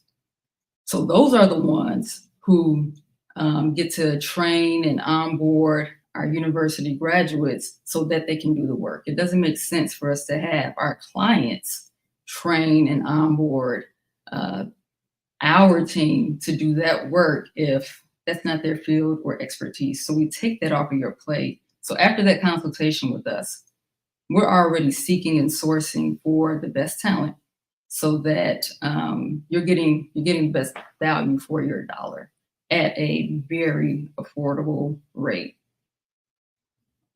Excuse me. Nexodus measures success in a few different ways. Of course, we have traditional KPIs and performance metrics, just like any other company. One of our performance metrics that we look at is during that initial consultation. Again, we try to understand what that client, what their goals are, what they're trying to achieve, and by when they're trying to achieve that goal. That becomes our goal. So if they're looking to go from so many dollars per year or per month to X amount of dollars per year, per month within a certain time frame, for that client, that now becomes our goal. Which, so that KPI or that metric may move or be different from client to client. So how do we standardize that metric across all of our clients? Well, now we began to look at how many of our clients are we achieving or exceeding their goals and metrics. That's how we standardize that specific metric. But as we are having our monthly and quarterly meetings with our clients, we're talking about their goals with them. And that's how we know ahead of time whether or not we're doing the best job we can. And we also look at how we can readjust and align better to their goals and targets as they may change or as industry changes take place. So that's one of the ways that we look at how we measure our success, along with, are they adding hours? Are they adding more staff? Are they coming to us and looking to us as the expert before they make any type of technology investments or implementations or switchovers? Then we know if we become a pseudo consultant or a pseudo partner for our clients, they trust us. We've now earned their trust through the work that we're currently doing with them and for them. Another measure that we use is through referrals. This is the biggest way that we have in terms of how we grow. Existing clients referring other clients to us. And the more referrals we get, or when our clients call us up and say, hey, I got this person and they'll be a really good fit for you, whether it's a for-profit client or a nonprofit client, we know when we're getting referrals that we're doing a tremendous job for our clients. Otherwise, they would not recommend us to their network. And as of now, we currently don't have a referral incentive or reward. We're working on that. And we're also working on what would make sense in terms of making that automated. Of course, that's what we do. But just knowing that our existing clients trust us enough to extend that out to their network, their business partners, their teams, that lets us know that we're doing a really good job, and they trust us enough to have us do a good job for others that they know. Our training process for our staff, very much what I've mentioned earlier. We're always looking for university graduates or experienced professionals. And once we understand what a client wants and what our clients need, we align them to that project or task based on their existing skill set. And ongoing trainings take place with university professionals. And we're always looking at what new systems are taking place in terms of technology, what new leadership or team building workshops can we put our teams through. And so our training and onboarding process is more proactive than it is reactive. This way, when that project or task is presented to us, we're ready to take that on with for our clients, and our teams feel that much more confident. We also believe in the moment feedback and in the moment coaching. So our teams sit together. Even though they're virtual to our clients, our teams are sitting together with the co-founder, as well as their team managers and team supervisors, so that if we hear something, that a question that may take place, or see something, it's addressed real time. And so it's fixed real time as well. And it's just something that we absolutely pride ourselves in. In terms of when we started this work, myself and my co-founder, we started at different periods of time. I like to say I started this when I was a child, and I didn't think that this would be my career, that this would be my give back to others. So when I was younger, my dad would bring home broken computers or computers with some type of virus, and we'd take them apart. We'd figure out what was wrong with the software, what was wrong with the hardware, and we'd get used parts or wipe the drives, erase the memory, and then we'd fix it. And that was more of a hobby. And hindsight is 20/20, because looking back now, you know, that thing that I enjoyed doing, and that I didn't want it tainted with trying to monetize it. I didn't want it tainted by making it what I did to earn money. I tried to keep that separate. People want to pay when you're talented at doing something. People want to pay someone who cares about what they're doing. And at Nexodus, I believe that the more people spend within their passion and their purpose, and when those two things meet, everyone can be successful. And the person with the most passion always wins. And so we started this work before I even knew that I started this work. And that was back before I was even 10 years old. And then I had a website building company a few years ago called Ubuntu. And Ubuntu means I exist, so we exist. And that's something that I truly believe just in life in general. And being able to bring that together with business has been amazing. So I've started this work in technology and bringing systems and people together so that it makes their business life easier. But being able to offer affordable teams and affordable systems with Nexodus BPO, that has been tremendous with my business partner and co-founder, Saeed, and also purpose fulfilling as I reflect back on when I was a child. Advice that I would give a business leader or a business owner who is searching for a new system or virtual assistant, I would say understand how you measure success. If you don't understand how you measure success, it's going to be very difficult for you to understand what success looks like when it's not working, especially as you invest money into people. You need to know if they're doing a good job immediately. You need to be able to recognize that quickly. So you need to understand how you define success individually and as a business. You need to understand if a system is the right fit for your organization quickly, and be able to explain that simply to someone, which means it needs to be ingrained in you what that looks like and how you measure it, not just qualitatively, but also numerically. How would you define and measure success? You need to be able to say that to someone and believe it.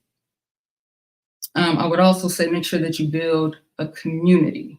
So having things in common and be unified and in unity with people who can help you build your business and help you build you there's nothing more powerful than having a group of people or individuals who can say, you can do better than what you're doing, or you can think bigger than what you're thinking, and push you outside your comfort zone or pull you outside your comfort zone, and just do things that you only dreamed about and make them a reality. And like I said earlier, the person with the most passion and chasing their purpose wins. So make sure that you're doing those gut checks and that you create the time to self-reflect so that is this something that I'm truly passionate about, or am I just chasing a dollar? You want to attract money, not chase money. So is this something that I'm truly passionate about? Is this aligned to who I am and my purpose? So that I can do what I'm supposed to do while I'm here on this planet. That's my best advice that I can give to any business owner, any business leader. As you guys are thinking about implementing a system of technology, implementing a system of people, process, whatever that may look like. Thank you for this time, Black Business Network USA. I look forward to spending more time with you, hopefully in the future.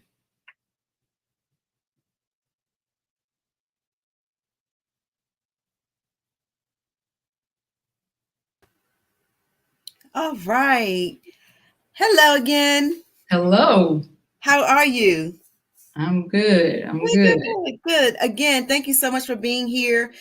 We do have a couple of minutes, so we have until like 5:50 or so. So I just want to throw 2 or 3 questions out there to you. Now, actually, you've addressed all the questions I had that I was interested in asking you. But I do want to ask about, I guess, your collaborators, your associates, who actually help you build this empire. Is there I know you mentioned your partner, but are there like collaborators that contribute to the mission or the overall objective of your organization?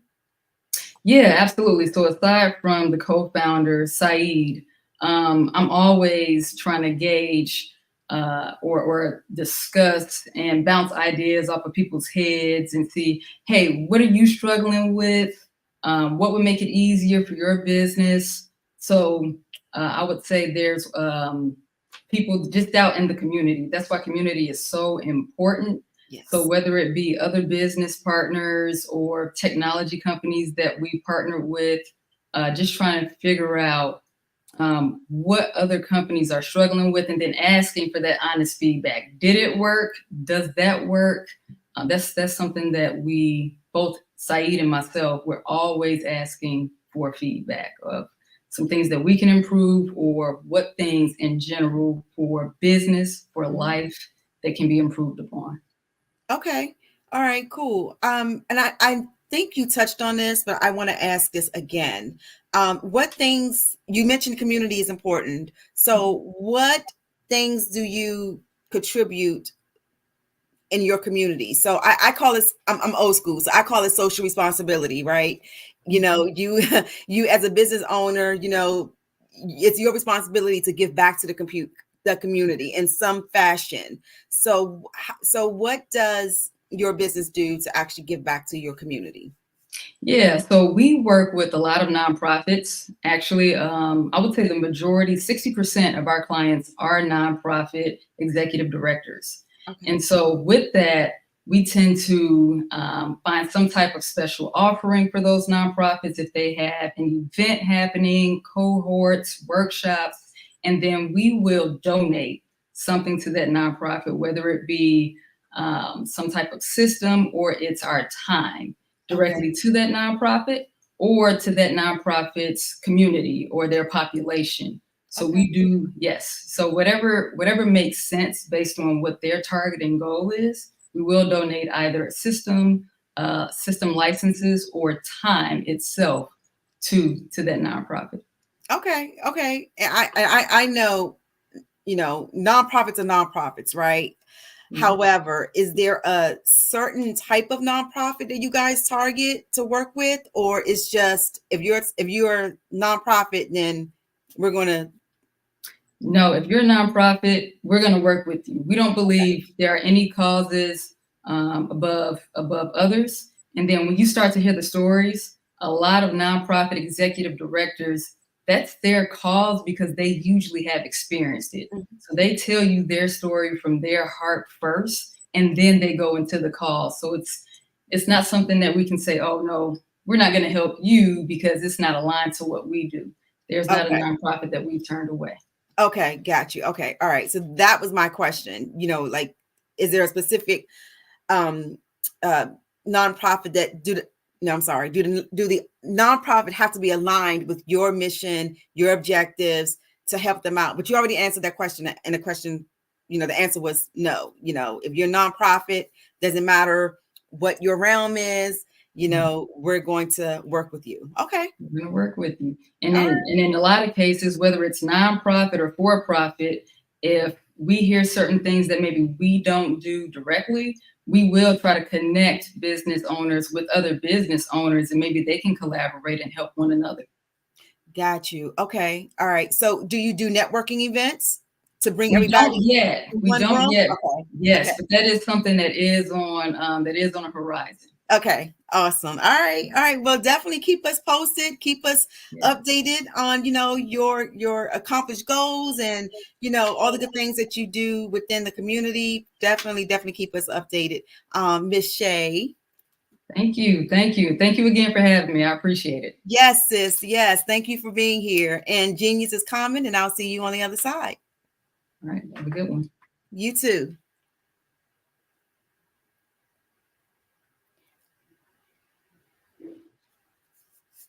All right, that was some great information. So it is that time of the hour for us to go ahead and promote our scholarship program.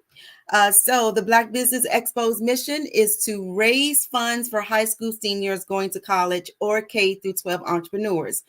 This expo is a fundraiser for students.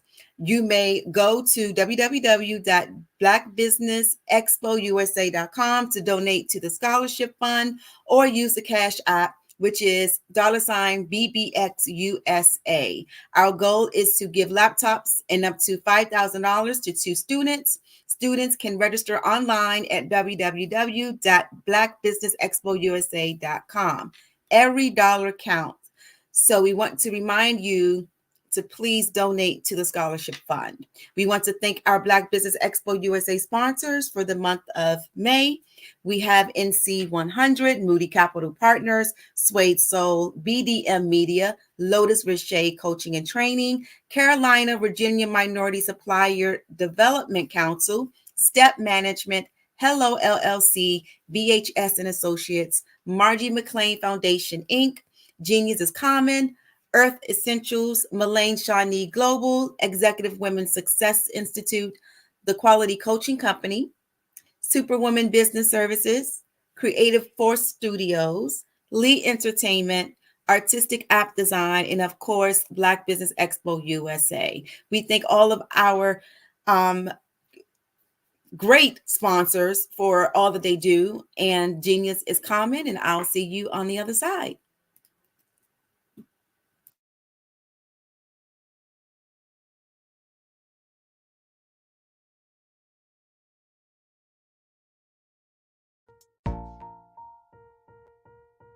Have you ever seen a parent stressed out and needed a stress reliever with their child?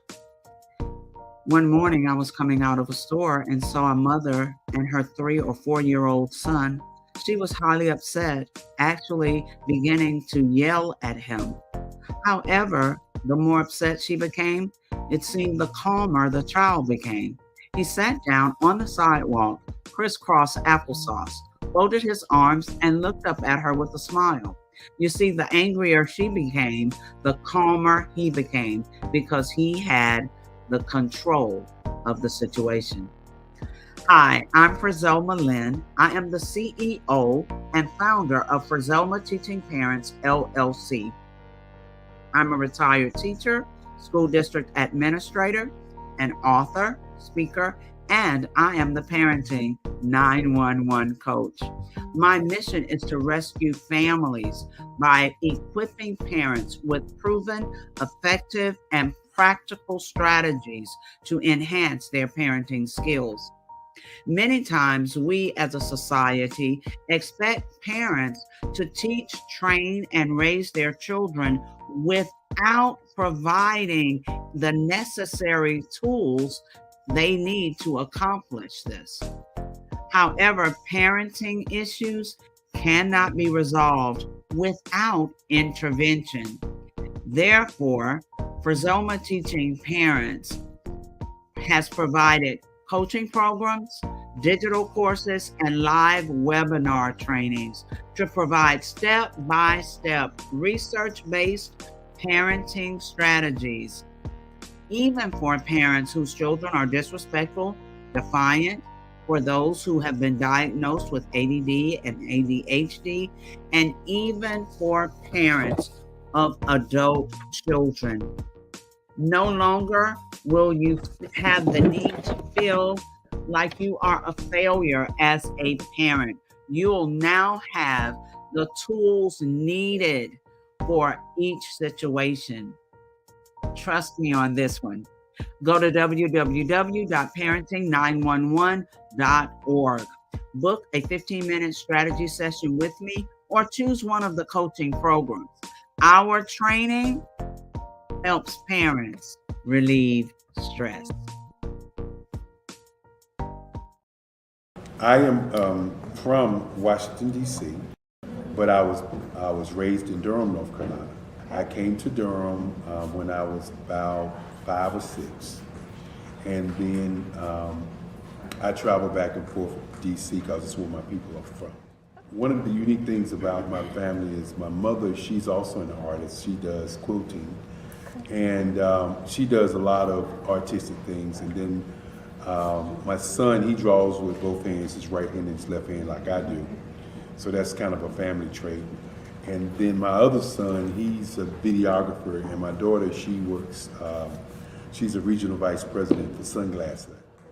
When you start out drawing and sketching, you want to continue to explore, each avenue. I do pastels, I do pen and ink, I do painting, I do acrylics. I haven't done oils yet, but I try to do all facets of art. What I say to a lot of times to people is, you can't put yourself in a box when you're an artist. You have to explore. And over the course of my life, I've tried to explore different mediums. I also do sculpture as well.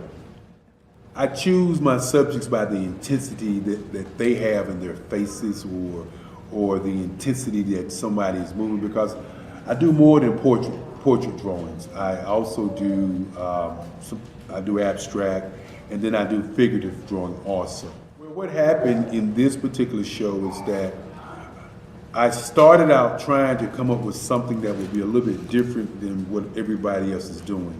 So I was working on a Barack Obama show, and they wanted me to do some paintings of Barack. And so what I did was, because of the deadlines, I kind of did it kind of fast. And then I realized when I was doing it fast, I enjoyed it. And so then I started doing other pieces the same way, and I started to enjoy those pieces also. And so I came up with this particular style, and it's a style of lines and colors. And what's interesting is that when I was in college, I did a show called Lines, Colors, and I talked about the boldness of the blacks, the hotness of the whites, and this is how this has come about, later on in my life. And the colors comes from a lot of the entertainers that I work with, where they wear different colors. They don't wear, your plain reds or your whites. They wear different colors, and so that's also another piece of what's giving me the colors. The subtitle of this show is Faces That Speak Life. That's real critical. Faces that speak life. Each one of these pieces is a life source and a life energy that's being put on display for people that are looking at them. You know, I always say in terms of my art, it's not important that I draw them. It's important what you get out of what I draw. You know, I don't try to just draw it because you like it. People wanted me to do prints. I didn't do prints. You know, people asked me to do different people, but the people that I choose are people that make a difference in the lives of people in the world. So the human landscape idea was, again, as I say, the lines represent your emotions, it represents your ideas, and it represents your journey as a human being. And that's why you get the different pieces and the different looks. And as you notice, I try not to do one look that looks alike another look. And that's what's the most important part of this show.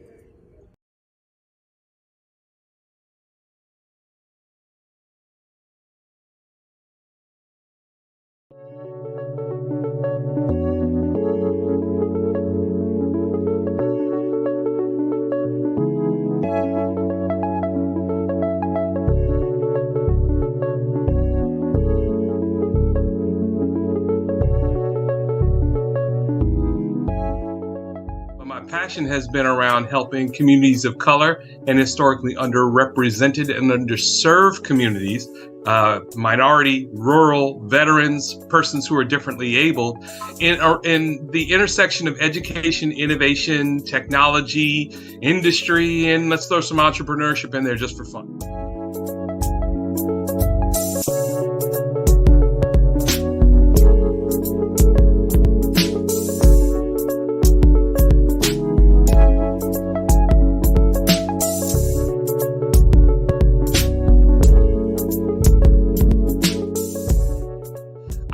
More around innovation, incubators, accelerators. I love the idea of going from innovation to commercialization.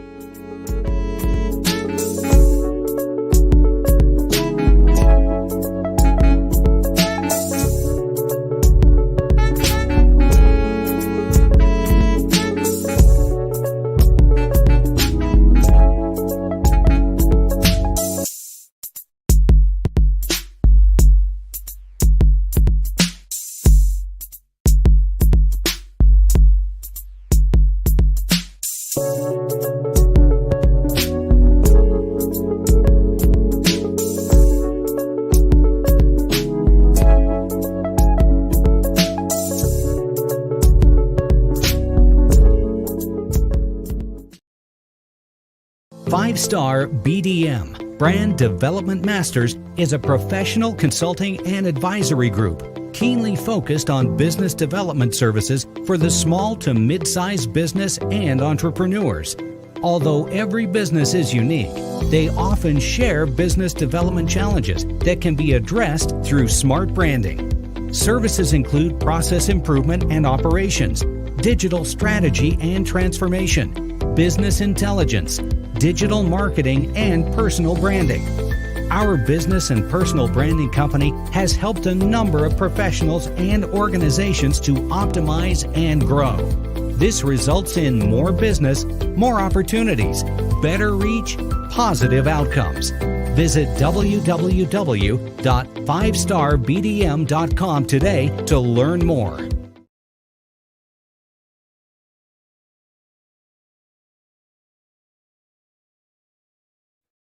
Hey everyone, it's Grant McGaw, CEO of 5-Star BDM and host of the award-winning Follow the Brand podcast and TV series, where I help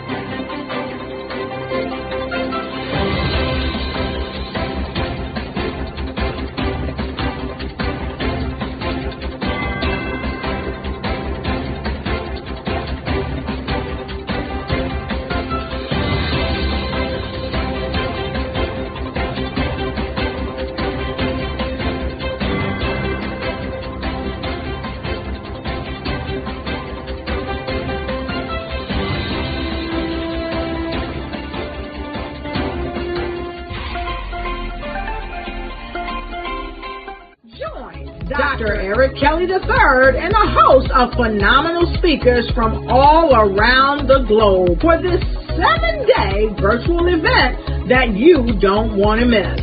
The mission of the Black Business Expo is to raise scholarship money from kids all the way from high school, all the way from college. The Black Business Olympics is one of the largest Black business showcases in the world. It is an opportunity for businesses and companies to showcase their businesses globally.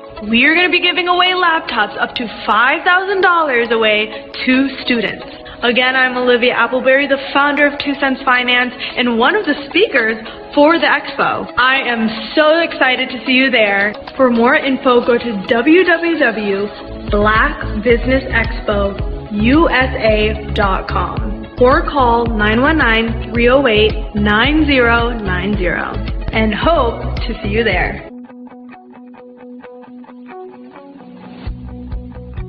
I am Black Business. From the moment I wake until the time I sleep. Yes, I am Black Business. I am Black Business. Tell me, are you Black Business? I am Black Business. Do you support Black businesses? Listen, I support Black business because I am Black Business. Black Business Expo, one of the largest business showcases in the history of Black business in the world. The world! Sign up today at www.blackbusinessexpousa.com or call 919-308-9090. I am Black Business. I am Black Business. From the moment I wake until the time I sleep, I am Black Business. I am Black Business. Are you Black Business? I am Black Business. Do you support Black businesses? I support Black business because I am Black Business. Black Business Expo, one of the largest business showcases in the history of Black America in North Carolina. Join Dr. Eric Kelly III and a host of phenomenal speakers from all around the globe for this 7-day virtual event that you don't want to miss. The mission of the Black Business Expo is to raise scholarship money from kids all the way from high school, all the way from college. The Black Business Olympics is one of the largest Black business showcases in the world. It is an opportunity for businesses and companies to showcase their businesses globally. We are going to be giving away laptops up to $5,000 away to students. Again, I'm Olivia Appleberry, the founder of 2 Cents Finance and one of the speakers for the expo. I am so excited to see you there. For more info, go to www.blackbusinessexpousa.com or call 919-308-9090 and hope to see you there. I am Black Business. From the moment I wake until the time I sleep. Yes, I am Black Business. I am Black Business. Tell me, are you Black Business? I am Black Business. Do you support Black businesses? Listen, I support Black business because I am Black Business. Black Business Expo, one of the largest business showcases in the history of Black business in the world.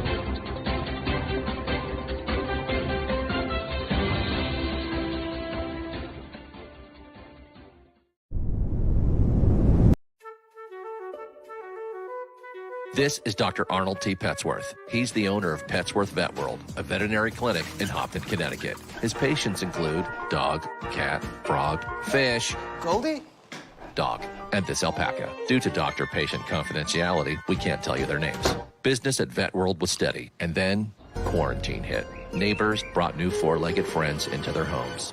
bunnies. Bunnies everywhere. Dr. Petsworth welcomed these new patients with open arms. The only problem? There were more appointments than he could manage. That's when Dr. Petsworth turned to his American Express business card, which offers spending potential that's built for his changing business needs. He decided to hire a new assistant, Julio, and with spending power built for business purchases, he used his card to furnish a new exam room. Together, Dr. Petsworth, Julio, and American Express Business made sure all the pets of Humpton got the love and care they deserve. And everyone was happy. Get the card built for business by American Express. Follow the Brand TV broadcast host, Grant McGaw, as he visits with top executives and entrepreneurs to find out their secrets of success with their personal brand. Follow the Brand TV broadcast host as he focuses on brand development to build better relationships, bring value to your business, relationships, and career. You will enjoy listening to each episode that is tailored to speak to you directly. If you're looking for this type of clarity in terms of building your brand, you have tuned into the right station. Each episode will help you to shape a conversation in the 5-star BDM network of 20,000 professionals and become a springboard for your corporate engagement and business opportunities. Each guest will frame their story in the areas of personal branding, business development, career development, financial empowerment, and technology innovation. Grant McGaw explains why he is the CEO and owner of his own professional career. Grant is an accomplished business leader and entrepreneur who wants to give back to individuals to grow their personal brand strategy. Tune in as he weaves his story about new possibilities, while to you exceed expectations. If you love storytelling, this show will make for fun.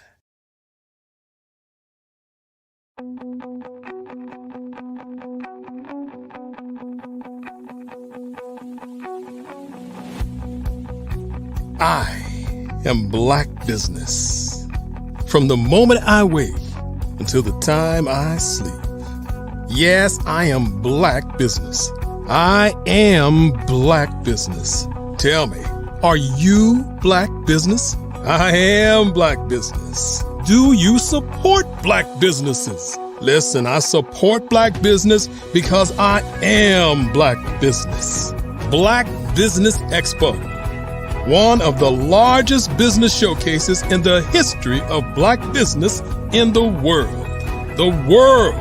Sign up today at www.blackbusinessexpousa.com or call 919-308-9090.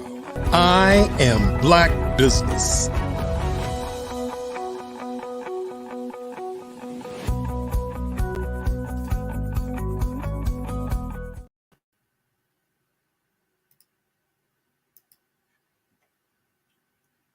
Hello, hello, hello. Good evening, good evening. Good evening, business owners, entrepreneurs, thought leaders, and corporations. Welcome to the Black Business Network. My name is LaShawn Powell. I am a certified event planner and owner of Eventfully Yours Shawn, LLC, event planning and event management services. I am your business moderator for this evening on the Black Business Network. The Black Business Network is a 24-hour business network showcasing Black businesses, Black owners, entrepreneurs, and thought leaders worldwide. We have speakers from North Carolina, London, Singapore, Africa, Japan, and cities all over the United States. The Black Business Network is a global community sharing its business knowledge to empower, inspire, and educate businesses about business. Our next speaker for this hour is Ms. Eartha Watts-Kitt.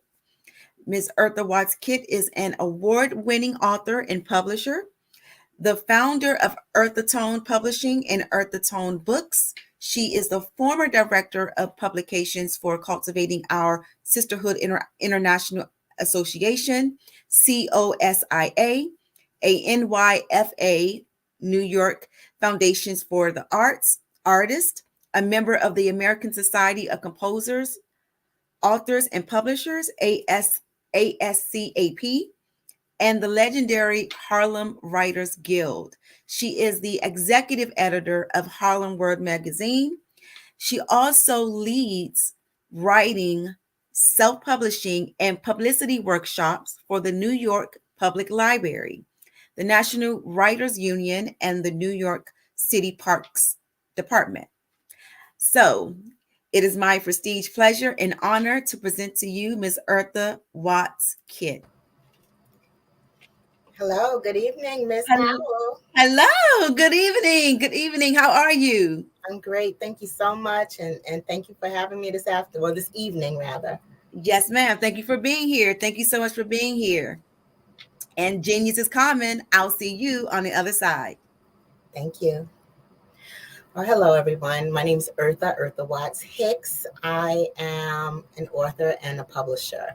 Now, some might wonder how and why I ended up doing both. My passion has always been writing.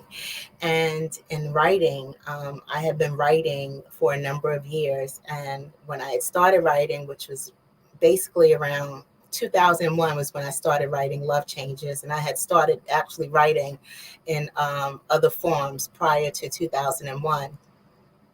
But the thing for those who were aspiring writers or aspiring novelists was to get a byline somewhere, to write wherever you can get exposure, be it for magazines, be it for newsletters, wherever you could get exposure. That's what you did to get your writing out there. So, I had written an article on the death of Elin Harris, who was my favorite author. And I had expressed basically how I felt about his passing and what his writing and his books meant to me. And also I had volunteered writing contributions to a newsletter called Cassia Net, which was for Cultivating Our Sisterhood International Association. And shortly after I began contributing to Cassia Net, I was made director of publications. So their editor for the publication, I was asked to fill her shoes, and she was some tough shoes to fill. And in that capacity, just kind of navigating in the strange space of going from being an author to an editor and working with a team of writers and graphic designers and also a copy editor. In that capacity, I learned the skills that I needed to give me the confidence to publish my own novel. Now, I had an agent at the time, and I had decided to let her go because she was shopping my novel for a number of years and I wasn't able to get a deal. Mainly because in shopping my novel, I wasn't in her niche, what they call the area of her expertise, where all her contacts and connections were. I was literally pulling her into the element of African-American women's fiction when she was typically used to publishing nonfiction and academia. So understanding that it had taken me a number of years to, one, find an agent to represent me, but also was taking me a number of years to search and try to get a mainstream publisher. It was at that point that I decided to independently publish Love Changes. And when I did, I had won an award from the NAACP, the New York City Housing Authority branch of the NAACP, NYCHA branch of the NAACP, had awarded me their Just Read Literary Game Changer Award and named me Literacy Ambassador for New York City. Now, in writing a novel, there is so much that goes into it. There's skill, there's passion, there's time, there's focus, there's research. And the more passionate you are about the craft, the better your writing will be, the richer your writing will be. So I would like to read just a small section of Love Changes to kind of give you the sense of what the story is. And to give you a quick overview, Love Changes is the story of a 26-year-old who is eager to marry her high school sweetheart because they just had a baby together. And then she has a male best friend, a lifelong best friend that upsets that dynamic. And it turns into a love triangle with the nucleus of this love triangle being a lady with a baby. And it's set in 1995 with 90s music used with permission from 18 music publishers. And it's the elements of the 90s, the feel of the 90s, the mentality of the 90s, what was happening in the 90s as it pertains to this small circle of characters. It's called Love Changes. Can we switch mothers? Dawn told her about the keys, huh? Ramel laughed. I know he thought I was stupid for telling her. Dawn's mouth was bigger than her behind, but with all my girlfriends out of state and me with no long distance carrier, who else would I call about girl stuff? Mommy? I sucked my teeth. Are you a psychic friend? Nah, my advice is free. Next time, save yourself the trouble. Tell your mom from the get-go like I suggested. Whose side are you on, Chocolate? When it comes to you and your family, I blow the whistle and wear the stripes. Now, hold on. I have someone on the other line.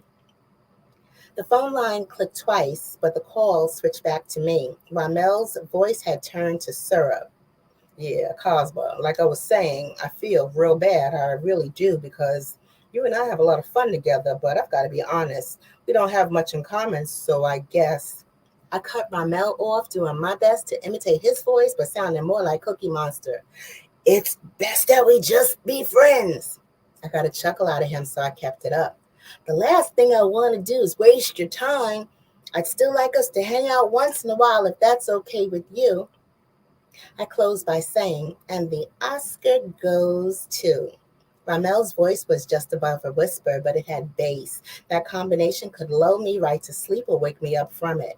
Even though I didn't sound a bit like him, I knew I had the script down cold because he was still laughing when he said, trust me, Chocolate, if I ever gave you something stiff and bare naked and about that size, it won't be an Oscar. Now, knock it off. She won't buy it unless I'm composed. I never bought into any of his flirting. Ramel and I were just friends. Actually, Ramel was my closest friend, an investment banker, big and built, bald, brown, and dimpled, but he was a mess.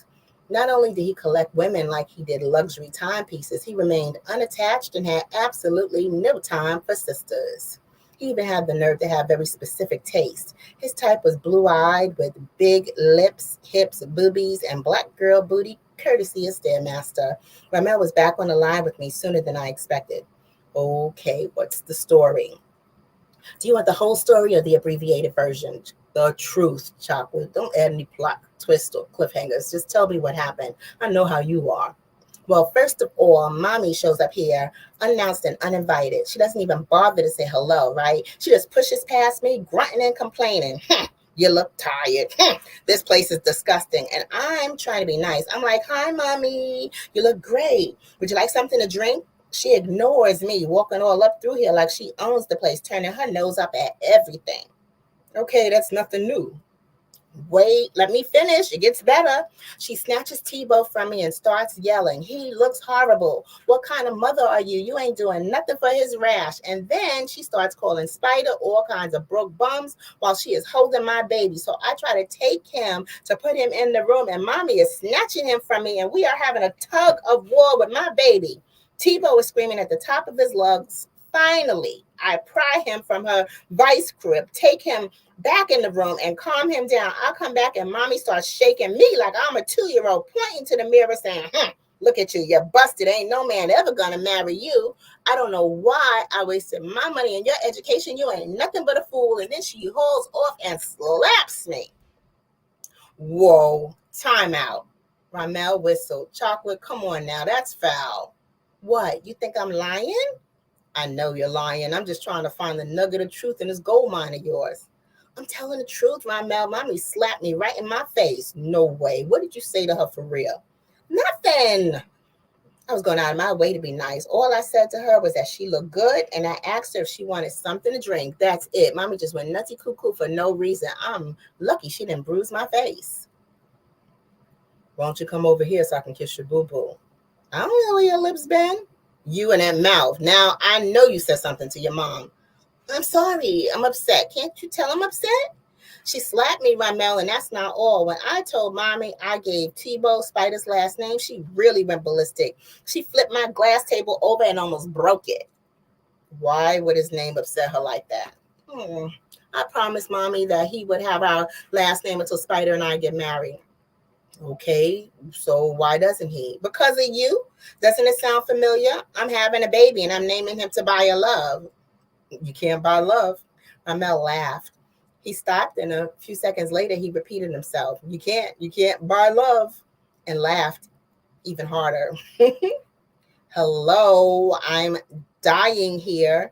Just as I said that, Tebow stirred in his cradle, tightening his little fist and scrunching his diapered bottom.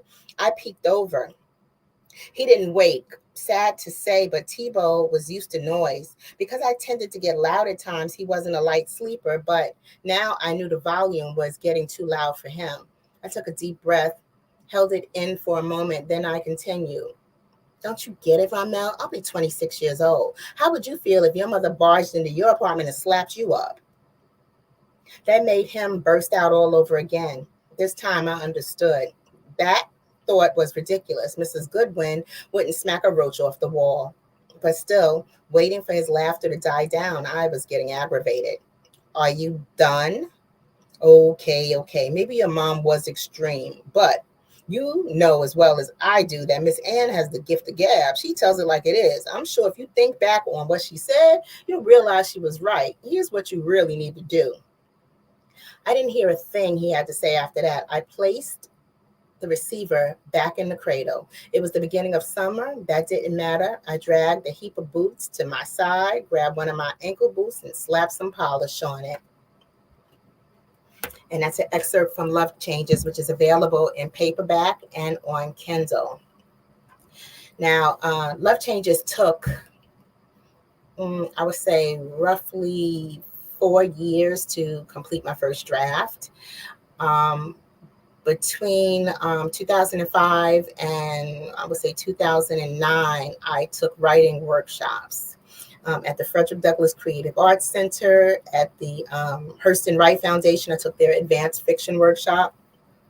And then I took the creative writing workshop, and actually it was 2011. I studied under Ms. Bernice McFadden at the Center for Black Literature's creative writing workshop, which was a marvelous experience. And that's really where I got the courage to just produce and do it myself. I had the basic skills to design the cover and design the layout and hire an editor. And I had access to editors who were willing to edit the work for me. And I went from there. What skills that I didn't have and didn't know how to do for myself, I had outsourced and I paid people to do. I got a loan through an organization called Project Enterprise. And Project Enterprise gave me what we call seed money loan. And with the seed money loan, I was able to pay the fees to have the book uploaded, as well as pay the editor and do some marketing on the book. So it was a pleasant experience. In fact, I tried to do the process the way it was done traditionally, which was I sent out review copies. I sent out copies to reviewers. I did the vending events. I was selling at selling at a vending event with a table and display and the whole bit. I had gone to community events and different restaurants and lounges that were in and around Harlem, and everywhere that I could go to showcase this book, be it community radio, blogs, podcasts. It was featured as a summer read, recommended summer read by the New York Amsterdam News, Fashion Avenue News. It was featured there, and the Congressional Black Caucus. It was featured there, and I did it from there, and it was such a process that what I had learned along the way, I was able to offer those services to other independent authors who had written a manuscript and were looking to publish their manuscript. I had the skill set to design the covers and the interior layout and package a book that was available for sale. And also doing the PR for it, which was a press release and a press kit and a one sheet that I would send to bookstores and libraries to get placement in the libraries. And it was a whole entire process. And the thing about being an independent author that no one really quite explains is that once you're an independent author, every role within that publishing house is your responsibility, from the accounting to the typesetting. As in, you can hire an editor, but when it's your book publishing company, if there are typos in the book, your whole publishing company looks bad. So whether or not the editor did their job doesn't matter. The accounting has to be right. You have to make sure it's right. Your books have to be well designed, or at least appealing to your audience of readers. And while all of this is like a learning process, it's like you learn as you go along, because if you don't learn, the books don't sell, and the books don't sell themselves. So you have to strike a balance between introducing your work to new audiences and producing your next work, which is why my next work wasn't necessarily a follow-up novel. I did a collection next called Graffiti Mural, which is a collection of poetry, short stories, and personal essays, because it allowed me to take different elements of my writing, however different they were, and bring it all together as a collective and package it and make that offering. And in addition to Graffiti Mural, I've participated in different anthologies. One of my favorites is, two of my favorites, Loving Black Men by Mel and Christopher Black, as well as D.L. Russell editor, which is Nobody Goes Out Anymore, where I had contributed a story called Or Else What, which Nobody Goes Out Anymore was a collection of pre-pandemic flash fiction. So at the very start of the pandemic, the editor had approached several authors from different places in the country and asked us all to give our rendition of how we thought the pandemic would alter society. And he wanted us to write a flash fiction piece based on whatever we envisioned that to be. And in that capacity, I had written a story called Or Else What, which was a very gut-wrenching story of a family in the Bronx of a matriarch who is homeschooling the youth in her family, including her own 18-year-old child who is a wayward teen. And then she's also caring for the elders in the family, because with the pandemic, shelter in place, everyone is occupying one household, and she is in charge of one, working from home, by two, looking after the different elements of her family, while her siblings, who are essential workers, are occupying a separate household. So I brought that dynamic into a short story called Or Else What. From there, actually a little further before the pandemic in 2016, I created a series, a planner series called A Planner is a Girl's Best Friend.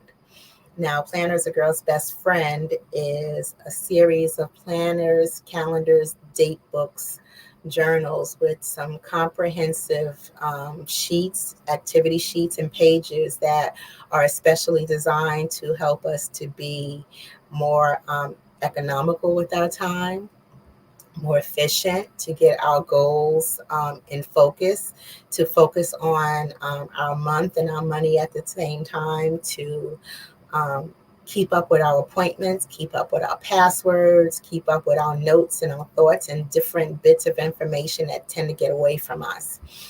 And I created this planner because since I don't want to give my age away, but at least a couple decades, I've been a planner girl, and I've planned by planner because I've always had more things to do than I had time, and I realized that when I scheduled my time efficiently, and I wrote things down and wrote down when I would complete certain tasks, and I kept up with those pockets of time, I got more done and was able to do a better job of keeping up with everything. So that planner series, the first one was called The Planner is a Girl's Best Friend. The follow-up was for students called the Everyday Excellence Student Planner, featuring runway model Soleil West, who may have been 12 years old at the time. So it's a student planner featuring a professional runway model. You can look her up at Soleil West. And that's Soleil, spelled Celai West, West. She's all across social media, and she's magnificent, doing special things ever since she was little. And she's still modeling, and she did a wonderful job being the cover person for the Planner is a Girl's Best Friend. I'm currently working on the boys edition, which is a bit of a challenge because I have challenged myself with just ensuring that it is just as good as what I've done for the girls. And I've also wanted to do an introduction to credit and what is credit and why is credit important and why is it important to be careful with credit. How do you acquire credit? How do you maintain credit? Where do you get credit? How do you use credit? What do you use credit for? And what does it mean when your credit is good or bad, and how having bad credit can give you certain consequences. So, I wanted to kind of give young men an introduction to the concept of credit and credit building before credit ever becomes a problem. When they're right at the precipice of one, everybody with no credit is not bad credit. So understanding what credit is before you ever use it, I wish more of us understood what credit was before we ever used it, or understood the importance of credit before we ever used it. So it's one of the reasons why I've been taking a little extra time to just, bring those pages into focus and do just a slightly better job than I've ever done, if I can. I'm also working on a travel planner, and I do have a gentleman's planner, which is the men's version of the A Planner is a Girl's Best Friend, called Thinking of a Master Plan. And it comes with a journal. All the planners come with a journal that has inspired quotes. Theirs is called Positive Quotes and Affirmations. So, writing all around is a passion for me, and it's been a passion for a number of years because it's one of those areas where I am most comfortable. In addition to writing for myself and writing for my books, I've contributed to some blogs. I write for different businesses. I write for blackpr.com, and that I specialize in press releases. And that has given me an opportunity to lend my skills to different businesses, different people, family, causes, services, products, all in and around Black business or Black initiatives or Black families. There's some element about the press release that I write for blackpr.com that is concerning Black culture. And I didn't realize it at the time, but me having a familiarity with the business world and being an entrepreneur, and then also having the skill set of being a novelist, it allows me to see the story that the individual business people are trying to tell about their business, but in a way that they may not be able to tap into because they're so close to it. So what I've noticed from the perspective of someone writing about someone else's business is that the people that I write about are experts on their topic, experts on their story, experts in their field, and they're so close to it that it's hard for them to see what's amazing about their own story. So I basically give them a Q&A, and everything that they say that inspires me, I make a mental note of it, and then I do some research. I research them online to see some of the things that they may have forgotten. It's very easy to be stuck in your own world and not realize, some of the accolades that you have, because you're so busy doing, you're not tallying and writing down your accolades.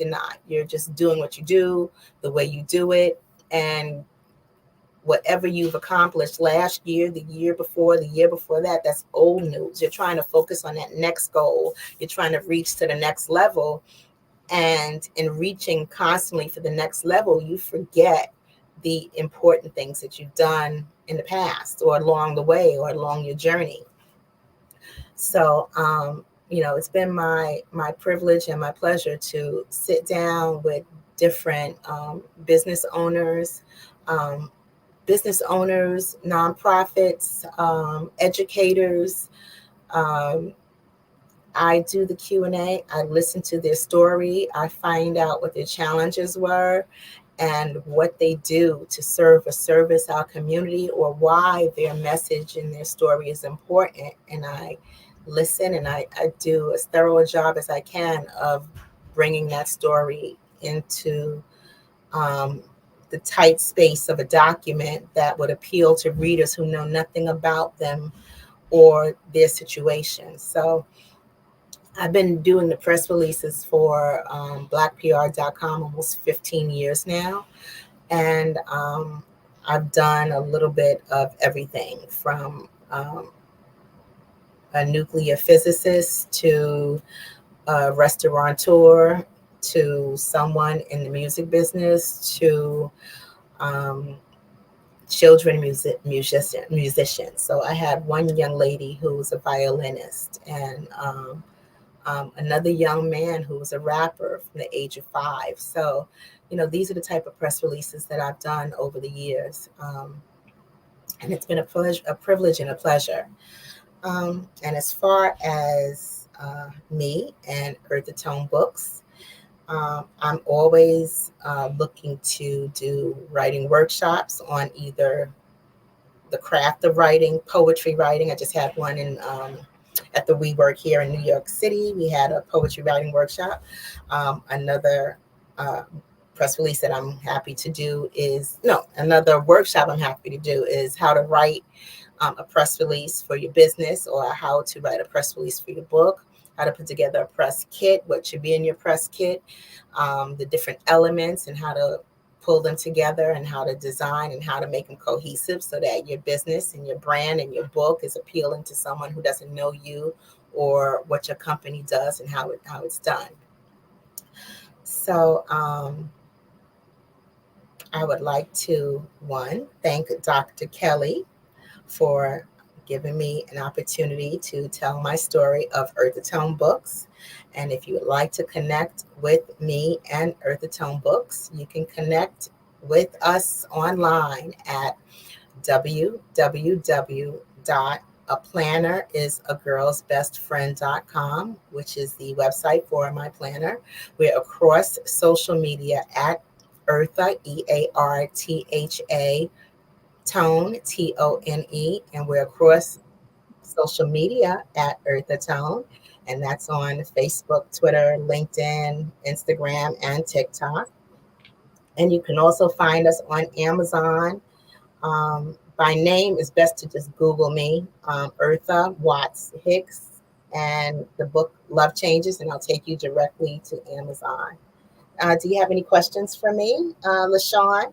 Yes, we do have a couple of minutes. So I do want to ask, I'm very interested in the press kit because I hear that a lot. So can you elaborate on, I think you did so far, but I know press kits are not for every business. So Well, I mean, I guess what I'm saying is, I mean, I guess the purpose of a press kit is to, uh, ask the publisher or the PR people to take interest in your business. So I guess my question is, when someone sends a press kit to, I don't know, a radio station, what is the objective? Are they trying to get on the show? Are they trying to get their business sponsored? What is the primary objective of a press kit when a business sends it out? Well, I mean, it could serve a number of functions. So like the functionality of a business card is to introduce you, your phone number, and your email, right? So a press kit or a media kit basically has that same functionality, but if you wanted to just hand somebody something that was representative of you and your brand, that would tell them the gist of the story in one sitting, that's your press kit. So it would be your press release. It would be some professionally done photos. It would be photos of your product if you have a product that's available for sale. It would be photos of your business in action. So like me as an author, I've done workshops. So it could be a picture of me leading or facilitating a workshop. It could be me on a stage at a panel. These are different photos that show the gist of who you are. Right. Also, too, there could be a newsletter. So hypothetically, if your product, you created a product that is used at different universities, right?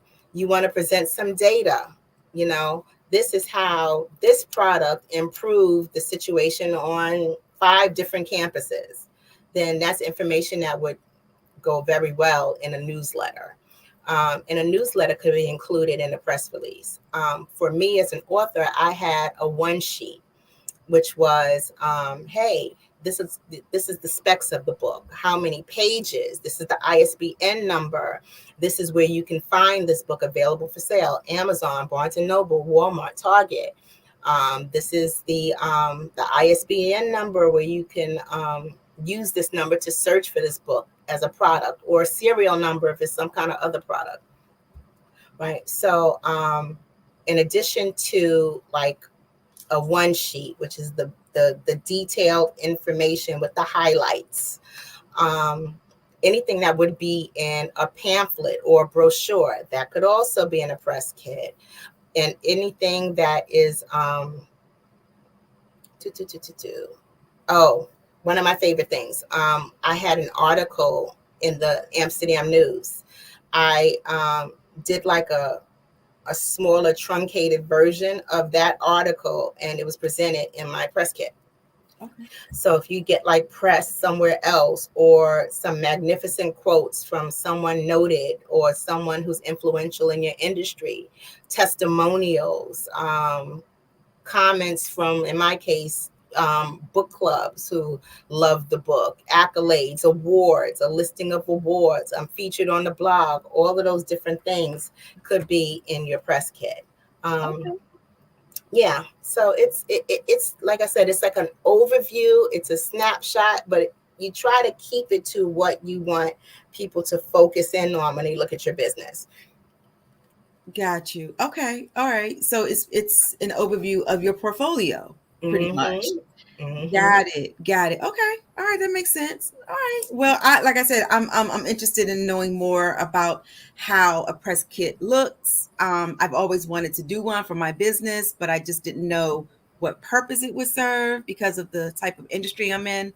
But you did it like, go ahead. What is your industry? Event planning.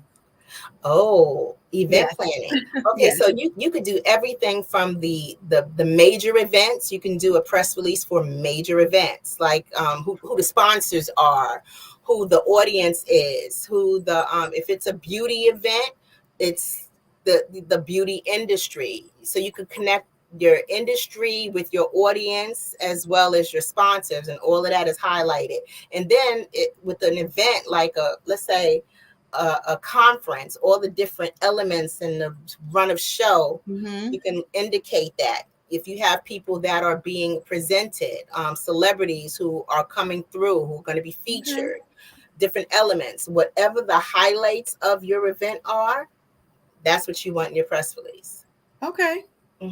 Awesome. All right. I would definitely take heed to that, because we're gonna do some major events, and it would be nice to get the press there, right? It would be nice to have a spotlight on the cause of these events. So, okay. Yeah, and what I try to do with the press releases is I try to compile a press release that is so cohesive that the journalist doesn't really necessarily have to do too much extra work. All the information is right there presented for them. It's like having all the ingredients for the meal prep without having to cook. Got you. Okay. All right. Well, thank you so much, Ms. Watts Hicks. Thank you so much for being here. We really appreciate all the wonderful information, all the things that you're doing in the community. That's just so awesome. So thank you so much. And you're welcome, LaShawn, and thank you so much. You're welcome. You're welcome. Take care. Genius is common, and I'll see you on the other side. All right. So it's time again for us to go ahead and promote our wonderful scholarship. So the Black Business Expo's mission is to raise funds for high school seniors going to college or K through 12 entrepreneurs.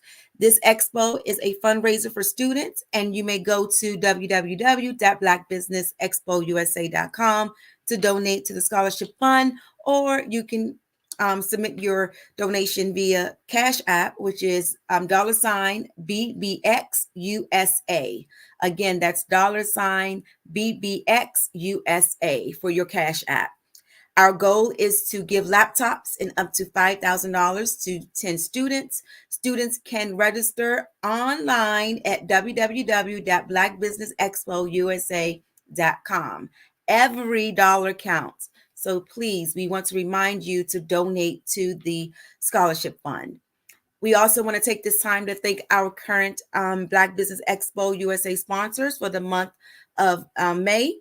We have NC 100, Moody Capital Partners, Suede Soul, BDM Media, Lotus Roche Coaching and Training, Carolina, Virginia Minority Supplier Development Council, Step Management, Hello LLC, BHS and Associates, Margie McLean Foundation, Inc., Genius is Common, Earth Essentials, Mullane Shawnee Global, Executive Women's Success Institute, The Quality Coaching Company, Superwoman Business Services, Creative Force Studios, Lee Entertainment, Artistic App Design, and of course, Black Business Expo USA. Thank you to all of our sponsors. We appreciate you so much.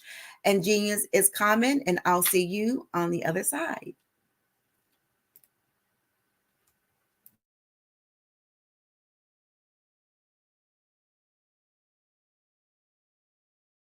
Art to me is a creative expression of something from nothing.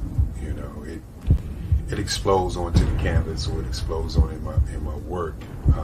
One of the things that I try to do more than anything is I try to just give the lines and the movements and emotions and expressions into what I do. Art really means to me a chance to express how I feel deep down inside. Most of my art begins as a thought that I might have, you know, whether it's sports, whether it's history, whether it's a woman or a man. It pretty much starts as an idea of thought before I get into the actual image of what I'm going to draw. I do a lot of historical pieces. I was a history minor in college, and I love to do history pieces. And a lot of times I'm thinking about history, and then I try to make that history impact you as you look at it. That's one of the reasons I do pictures so large. People ask me, why do I do pictures so big? And I tell them, I want the piece to impact them as they're looking at it, to kind of dominate them, dominate their space. And most of my pieces I try to do off page. I don't try to do anything that's going to be in those four corners or in a square. And I want your imagination to be a part of the piece that you're looking at.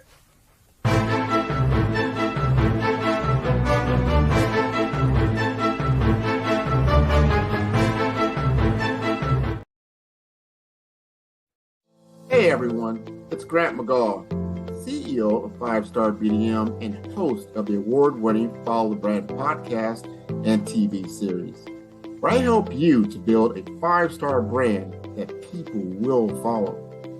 My genius is personal brand development through intelligent communication and helping you achieve your business and career goals.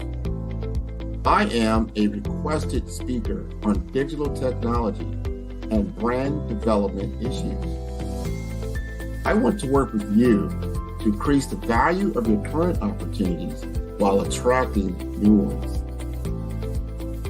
Every one of you is unique, and we all share challenges that can be addressed through smart branding. As a super connector, I work with you as an executive coach to guide you along the complicated business and career development road, providing the enhancement tools and information you need to succeed. Together, I will help you succeed in today's challenging business climate. I will evaluate and measure your progress. Best of all, I am right alongside you every step of the way. Build the brand called you. Genius is common. Did you know women represent just 3% of Fortune 500 CEOs and less than 15% of corporate executives at top companies worldwide? Have you wondered what the secrets are to getting into the top ranks, whether in the private or public sector? Do you want to figure out how to stop being held back in your career or passed over for promotion? Then you're in the right place. Hi, I'm Dr. Madeline Ann Lewis, President and CEO of the Executive Women's Success Institute. I have decades of experience in the military, the federal government, and corporate America, and my mission is to help women succeed and tap into their full potential. I want to reach 1 million plus women around the world to become the leaders they are meant to be. So if you want to move into a management or executive level position, or maybe you are a female veteran transitioning out of the military into business entrepreneurship, then reach out to the Executive Women's Success Institute at 301-693-3284. Let us get you on the fast track to success.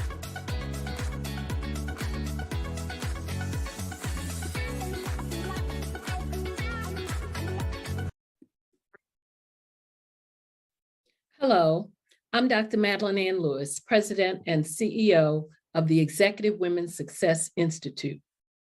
And my genius is helping women accelerate the path to success.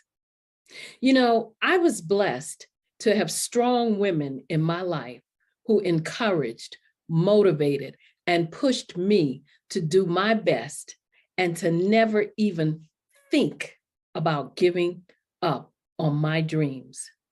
So I say to women, we must show up to rise up. We have talents and potential, but who will see them if we don't speak up and get noticed? I know that women are a tremendous resource on this planet, and there is nothing more fulfilling than helping a woman tap into her full potential. I do this because I want to be a part of helping as many women as I can to show up, to rise up. I do this because genius is common.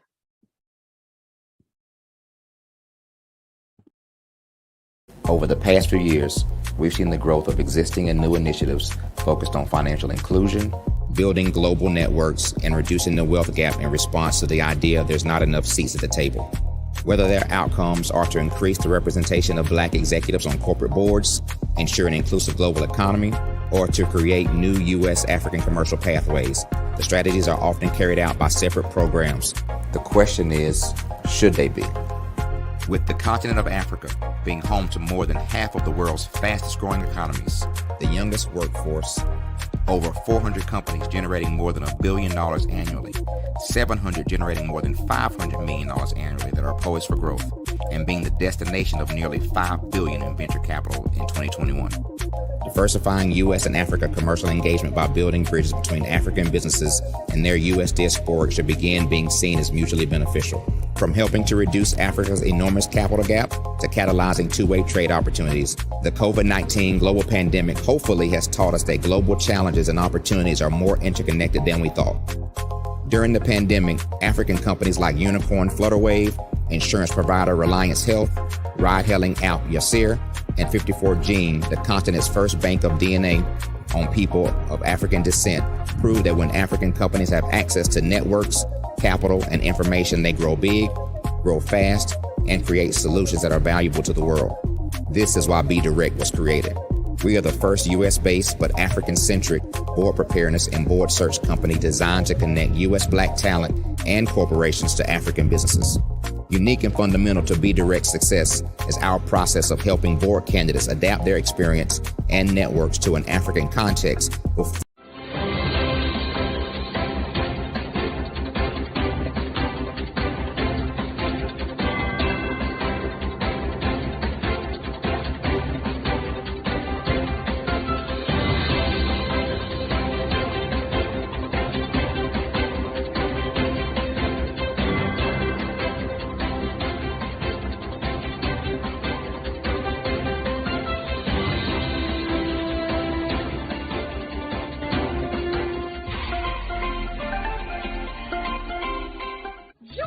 Dr. Eric Kelly III and a host of phenomenal speakers from all around the globe for this 7-day virtual event that you don't want to miss.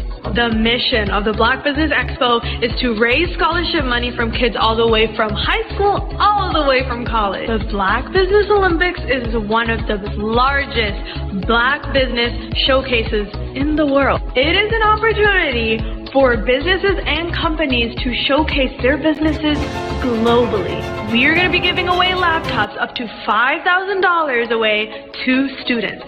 Again, I'm Olivia Appleberry, the founder of 2 Cents Finance and one of the speakers for the expo. I am so excited to see you there. For more info, go to www.blackbusinessexpousa.com or call 919-308-9090 and hope to see you there.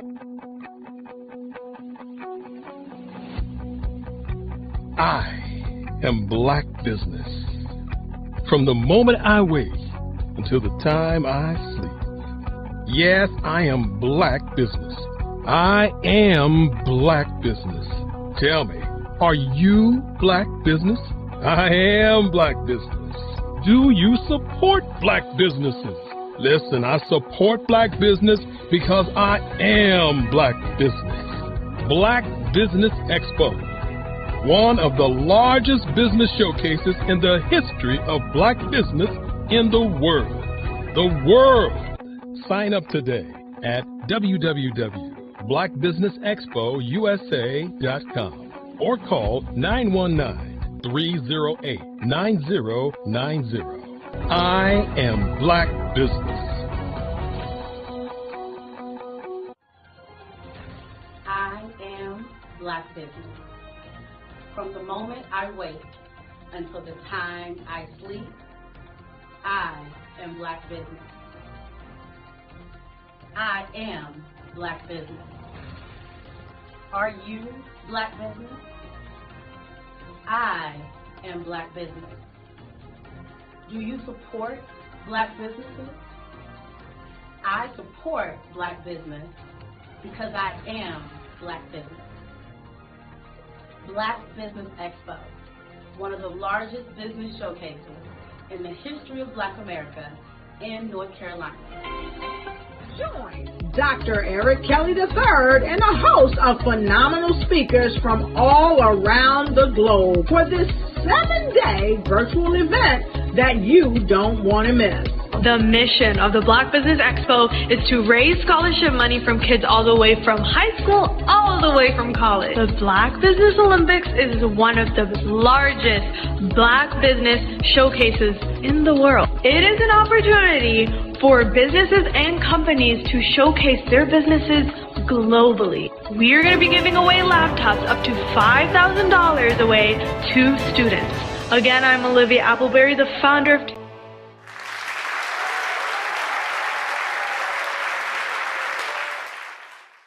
You see the career opportunity. You feel it's yours.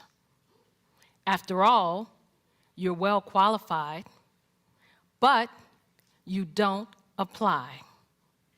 You feel stuck and can't move forward in your career.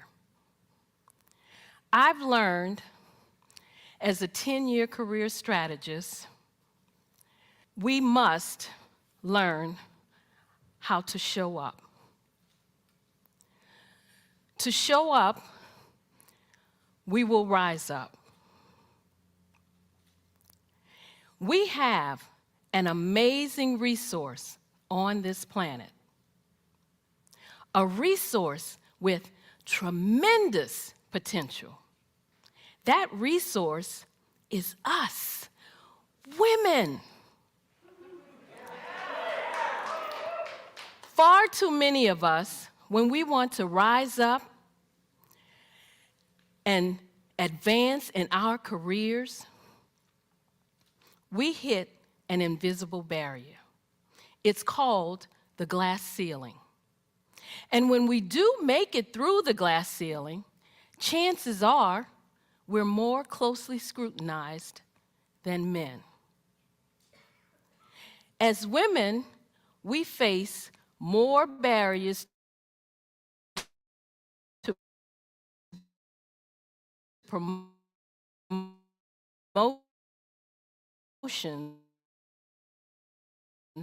However, I've discovered not is ourselves. As women, we often hold ourselves back.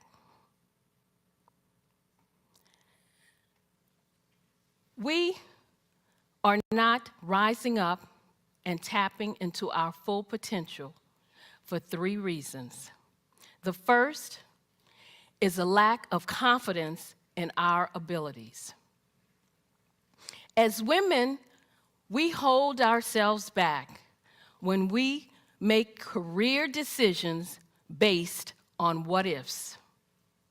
We listen to that little voice in our heads that says,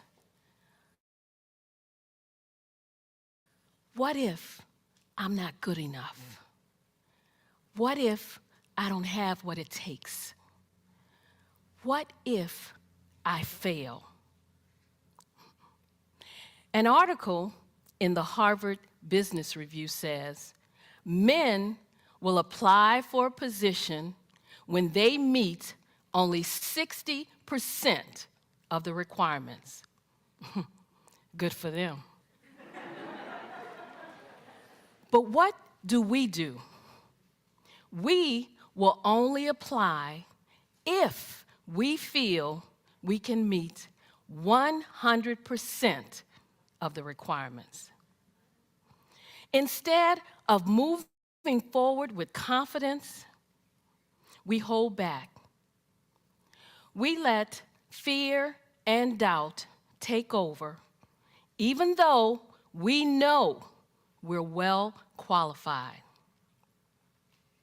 And the second reason is a lack of assertiveness.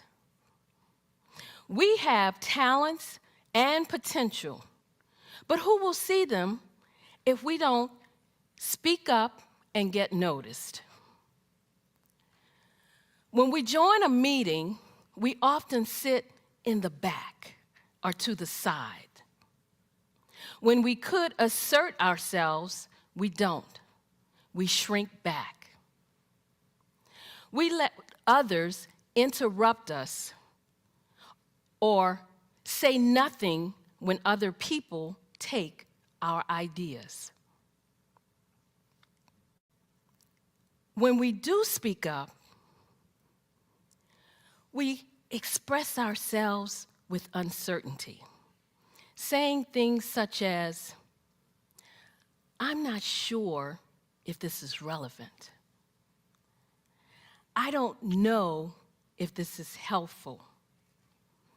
This may not be a good idea, but when you and I use words and phrases like these, we undermine our credibility. And the third reason, we don't build a support network.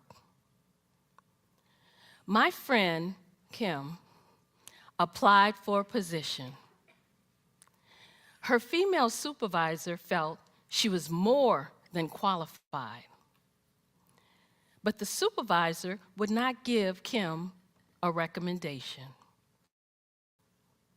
The supervisor felt it would look too much like favoritism. To me, this just looked like one woman who would not reach back and help another woman. If we want to rise up, we must learn to support each other. We need to show up to rise up. Showing up means taking responsibility for your own career path. It was 2005, and I had a comfortable job as an analyst working for the US government, but I wanted more. A supervisor's position opened up, and I submitted my application. I tried to find out as much as I could about who was applying, what were my chances. I discovered that 2 men were applying for the same position. I also discovered that neither of these men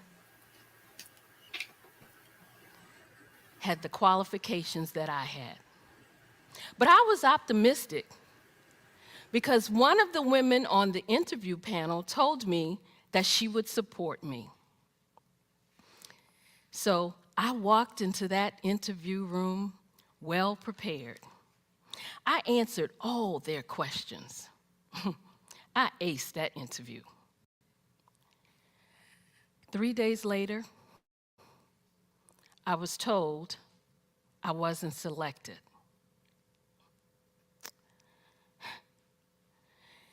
Not only did they select the least qualified one,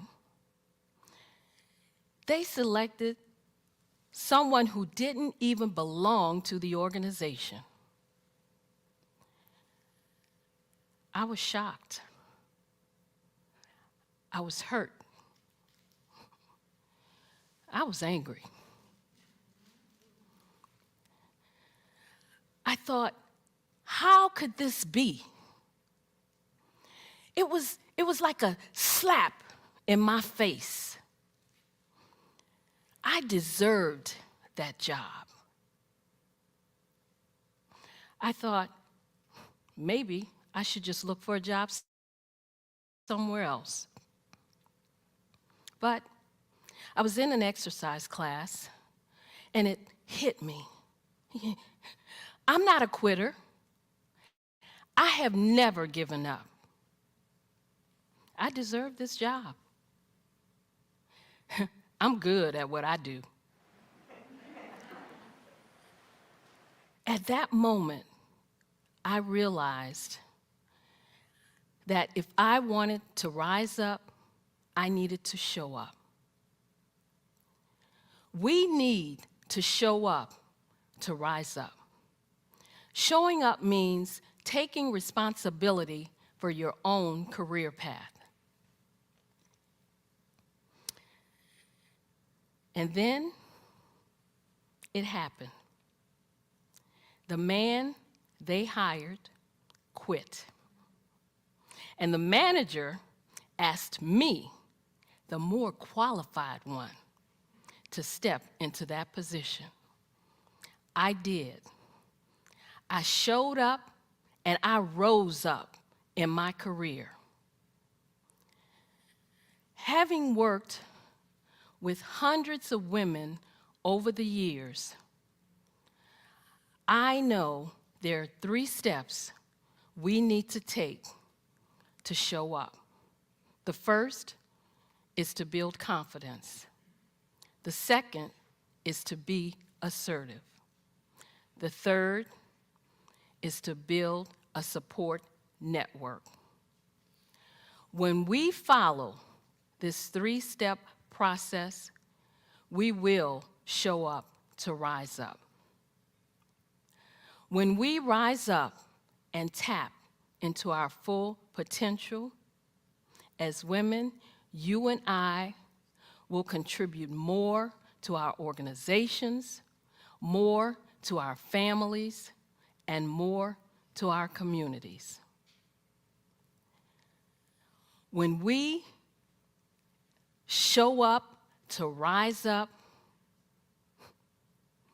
everyone wins.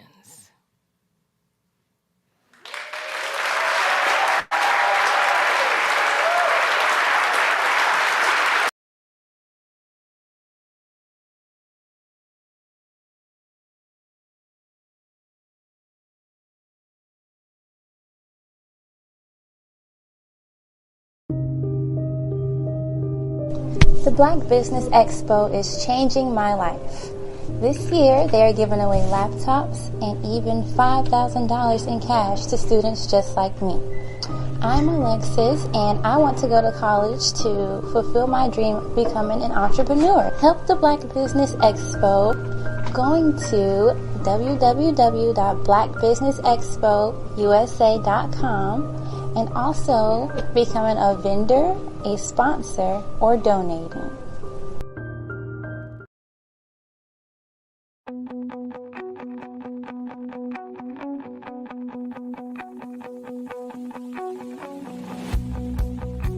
I am Black Business. From the moment I wake until the time I sleep. Yes, I am Black Business. I am Black Business. Tell me, are you Black Business? I am Black Business. Do you support Black businesses? Listen, I support Black business because I am Black Business. Black Business Expo, one of the largest business showcases in the history of Black business in the world. The world! Sign up today at www.blackbusinessexpousa.com or call 919-308-9090. I am Black Business.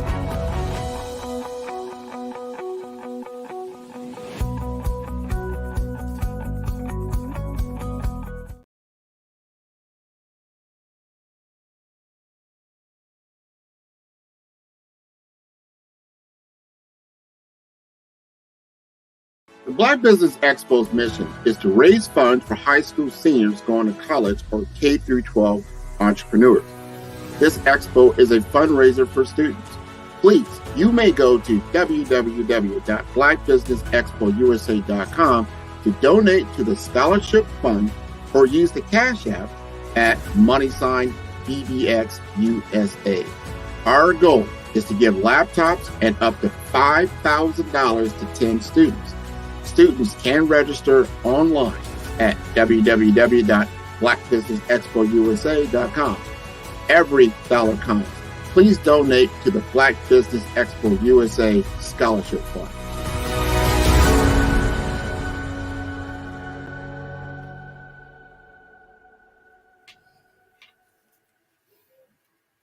Okay, let's try this again.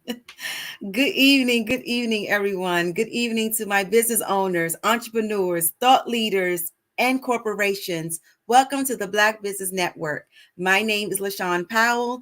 I am a certified event planner and owner of Eventfully Yours Shawn, LLC, event planning and event management services. I am your business moderator for this evening on the Black Business Network.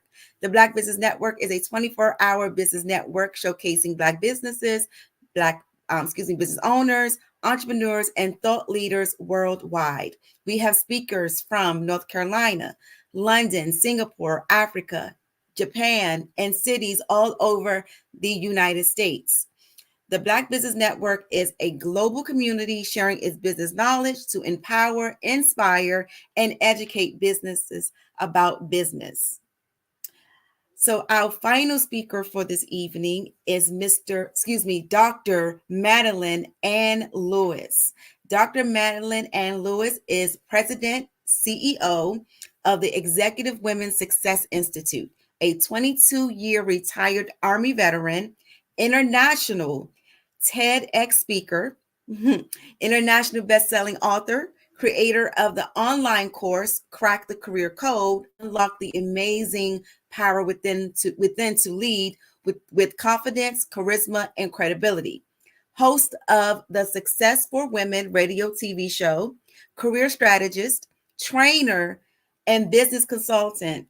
She helps women progress in their career into upper management and executive level positions by providing them with a fast track yet comprehensive toolkit of life skills and abilities. She also helps female veterans who are transitioning out of the military into business entrepreneurship. Okay, so it is my prestige, pleasure, and honor to present to you Dr. Madeline Ann Lewis. Well, hello, how are you? Hello, Dr. Lewis. It's a pleasure to meet you. You too. Thank you. You're welcome. And genius is common, and I'll see you on the other side. Yes. Well, hello, everyone. And for those of you who do not know me, I want you to know I am a big fan of this network.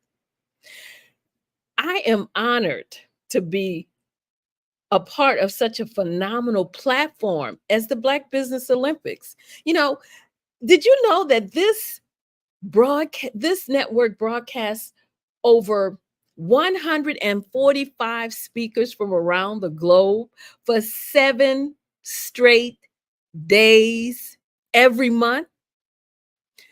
So I want you to buckle up because we still have 3 more incredible days in store for you. And I tell you, I am so proud to be in the company of so many phenomenal Black sisters and brothers from all around the globe. Business owners who are willing to share their expertise and provide so many resources to help others grow and move forward. You know, this platform it's making history.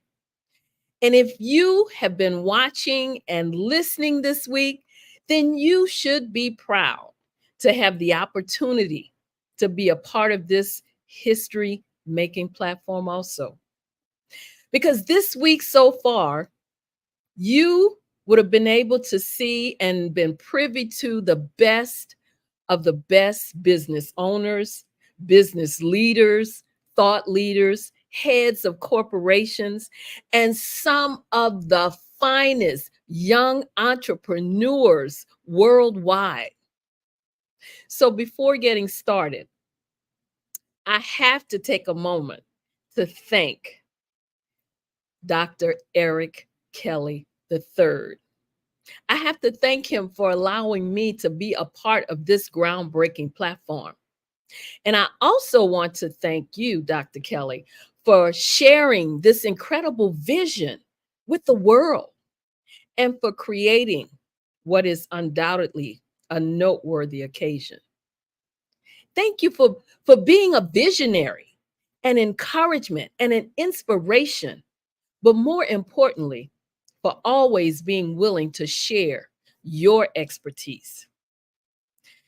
Dr. Kelly, you have produced what is being recognized as a one-of-a-kind platform, something that's not seen before, that hasn't been seen before. I mean, you have brought to the world what is now being recognized as the greatest of all times. And I take pleasure in letting everyone know that. This platform, it's changing the lives of people, businesses worldwide. And you can take pride in knowing you are leaving a legacy that our future generations will be able to learn and to build from. Thank you, Dr. Kelly, for letting me have the honor and the pleasure of sharing in this vision. Again, I want to say hello to all the viewers out there. I am Dr. Madeline Ann Lewis, President and CEO of the Executive Women's Success Institute. And I help women navigate through some of the obstacles that they may face when trying to reach the top rung of the career ladder. And I also help female veterans who are transitioning out of the military into entrepreneurship. I help them to focus on a positive and successful mindset. That's what I do. So I'm going to talk to you a little bit about having a successful mindset. You know, having a successful mindset is something that lies at the core of every achievement, every success story, and every fulfilled dream. You know, when Dr. Kelly opened up on Monday, one of the things he mentioned was when you think of mindset, you have to look at not only the mindset, but the mind shift, the mind print, and the mind state. So I want to ask you tonight, what's your state of mind? I want you to think about that question. Why?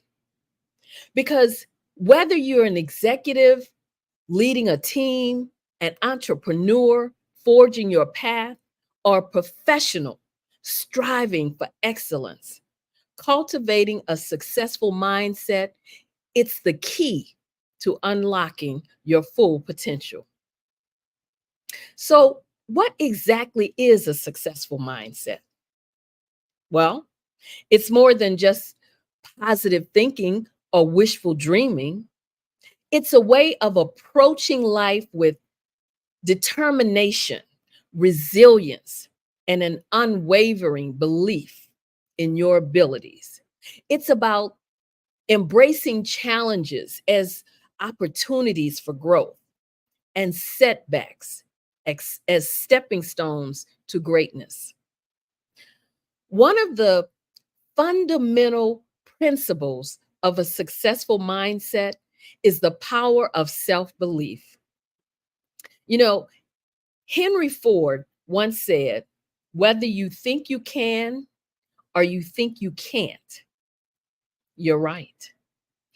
Because your beliefs shape your reality. If you believe in yourself and your capabilities, you're already halfway to success. And your capacity to overcome obstacles, believe that you are worthy of success, and the universe will conspire to make it happen. But self-belief alone is not enough. A successful mindset is also characterized by resilience in the face of adversity.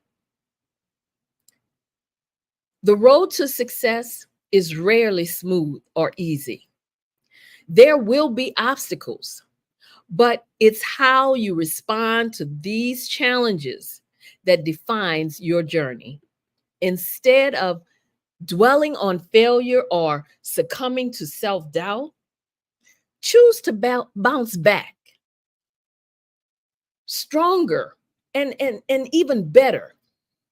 Use setbacks as opportunities to learn, to grow, and to improve yourself. Remember, it's not the fall that defines you, but the courage to rise again. You know, there was a young woman on the platform this week by the name of Leah White who said something that I thought was key as I talk about mindset. And what she said was, if you change the way you look at things, the things you look at will change. Let me say that again. If you change the way you look at things, the things you look at will change. Another essential aspect of a successful mindset is the willingness to take risk and to embrace change. Comfort zones are where dreams go to die. Success lies beyond the boundaries of familiarity and security. It requires the courage to step into the unknown, to embrace uncertainty, and to adapt to ever-changing circumstances. So don't be afraid to take a calculated risk, to challenge the status quo, or to pursue your passions with relentless determination. Time is our most precious resource, and how we choose to allocate it also determines our success. What this means is you have to set clear, specific goals for yourself, and then you have to prioritize them ruthlessly. Focus your time, your energy, and your resources on activities that align with your objectives and bring you closer to your vision of success. Now, I want to stop right here just to give you a few numbers that I want you to ponder on. There are 1,440 minutes in a week. There are 43,200 minutes in a month with 30 days. And just in case you're wondering, there are 44,640 minutes in a month with 31 days. Now, I'm emphasizing these figures because I want you to remember every minute wasted is a minute lost forever. Did you know that to be successful, you have to come out of your comfort zone? Did you know you cannot be successful if you're holding on to regret? Did you know that adopting a growth mindset will allow you to continuously develop your skills so you can evolve and reach your goals? Did you know that you cannot be successful if you are afraid of past mistakes? And did you know that successful people view challenges as opportunities to learn and grow? Did you know that rather than fearing failure, you should see it as a stepping stone toward improvement? Well, I'm here to tell you that you have the ability to be great. But what steps are you taking to move forward? What steps are you taking to leave a legacy for our young people, to help change their mindset? What are you doing for our young people who see no clear path to success because no one has given them a positive example to follow? Our young people who need to know how to earn a living for themselves. What are you doing to help our young people understand what to do with their lives. And what are you doing to make an impact on this world? Yes, I know I am asking and giving you a lot to think about. But let me just say, nothing will come from missed opportunities, broken promises, or lackadaisical attitudes. You cannot change our young people or anyone else if you don't first change your mindset. As Dr. Kelly said on Monday, your mindset has to be in the right now, meaning today. The now is showing up when you're supposed to show up. The now is being mindful of your obligations. And the now is being a person that people can depend on. It's all about believing in yourself. And believing in yourself is the cornerstone of any remarkable transformation. And that's why when you have to ask the question, why am I here? And what is my purpose? You also need to be able to answer those questions. Because when you know the why behind your what, you're much more likely to stick to your goals and finish what you start. As someone once said, your beliefs becomes your thoughts. Your thoughts become your words. Your words become your actions become your habits become your values, and your values become your destiny. It's all about embracing your worthiness and truly believing you deserve the successes you envision for yourself. Remember that change starts from within. You are what you think. And part of the change is knowing you can do what you're envisioning for your future. You have what it takes to do whatever you set out to do. You can do what all the other individuals who spoke this week did. Maybe not exactly what they did or how they did it, and maybe not in the same time frame that they did it. But you can do what you set out to do if you believe in yourself. And this network and the individuals on here can help you. This network can open doors to new opportunities for you. And it definitely provides valuable insight.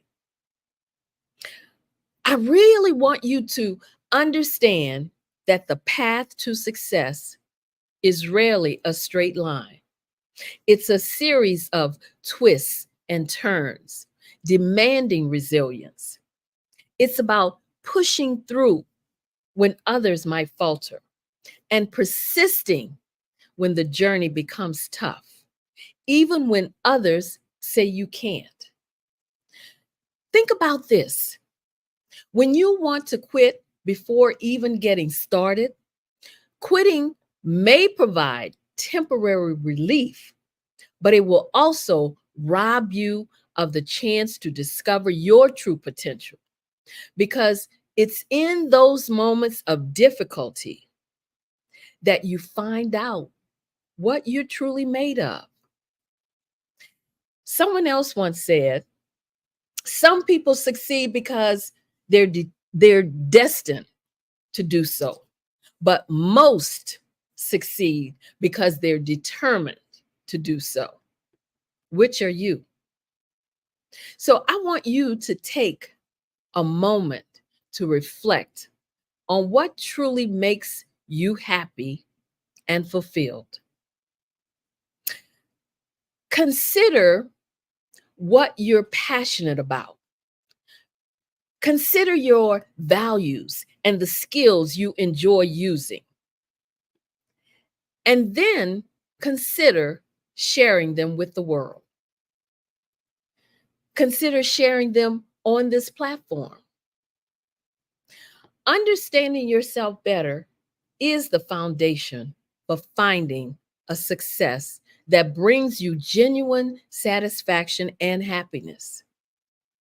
And remember, you don't have to navigate this journey alone. This platform is a resource to draw from.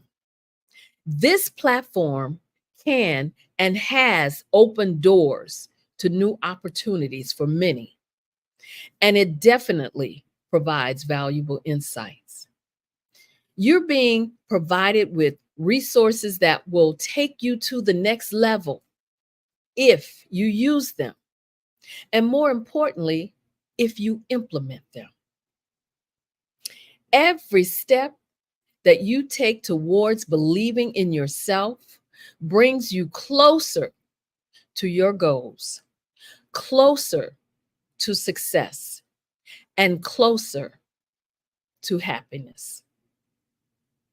So when I say to you, you have been gaining insight from individuals who have been there, individuals who have faced the obstacles, who have stepped out of their comfort zone and said, I will not quit.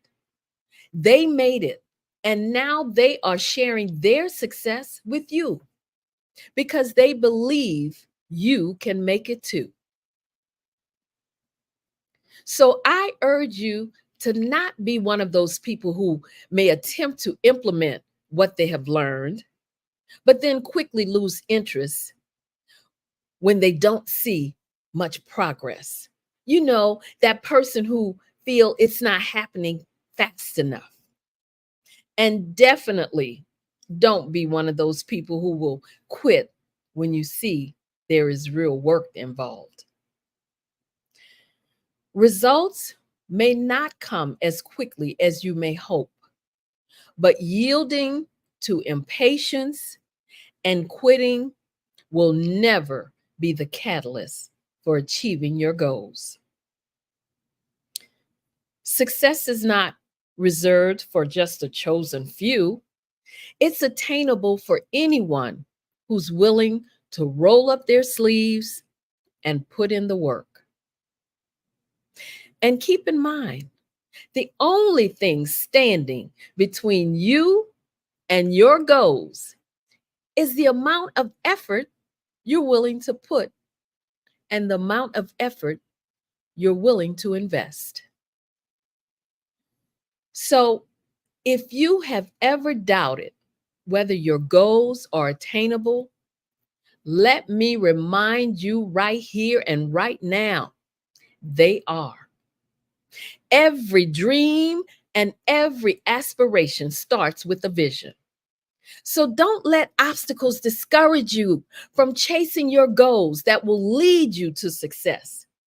And don't forget, obstacles are simply stepping stones toward your greatness. Don't let obstacles shatter your dreams of reaching success. Success, as we all know, yes, it can be scary because it involves change.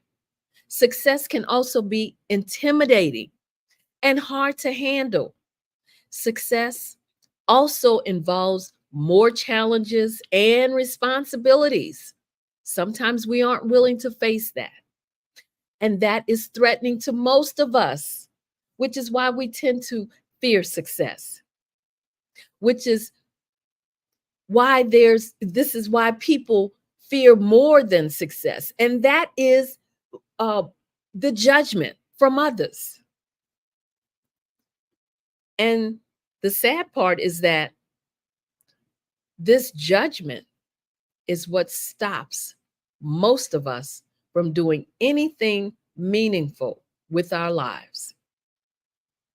We would rather play it safe than to risk making a mistake and embarrassing ourselves. One thing that I want you to remember, most of us do not start out successful. Success is an experiment that comes with plenty of trial and error. It is built as you learn from mistakes along your path to personal and professional development. You have to take your experiences, both good and bad, and use them to your advantage. And if you do this, you will find levels of success you never thought possible. You don't want to look back on your past 5 or 10 years from now and regret not having pursued your dream of success. And trust me, when I tell you, the pain of regret will be much stronger than the temporary discomfort of stepping out of your comfort zone.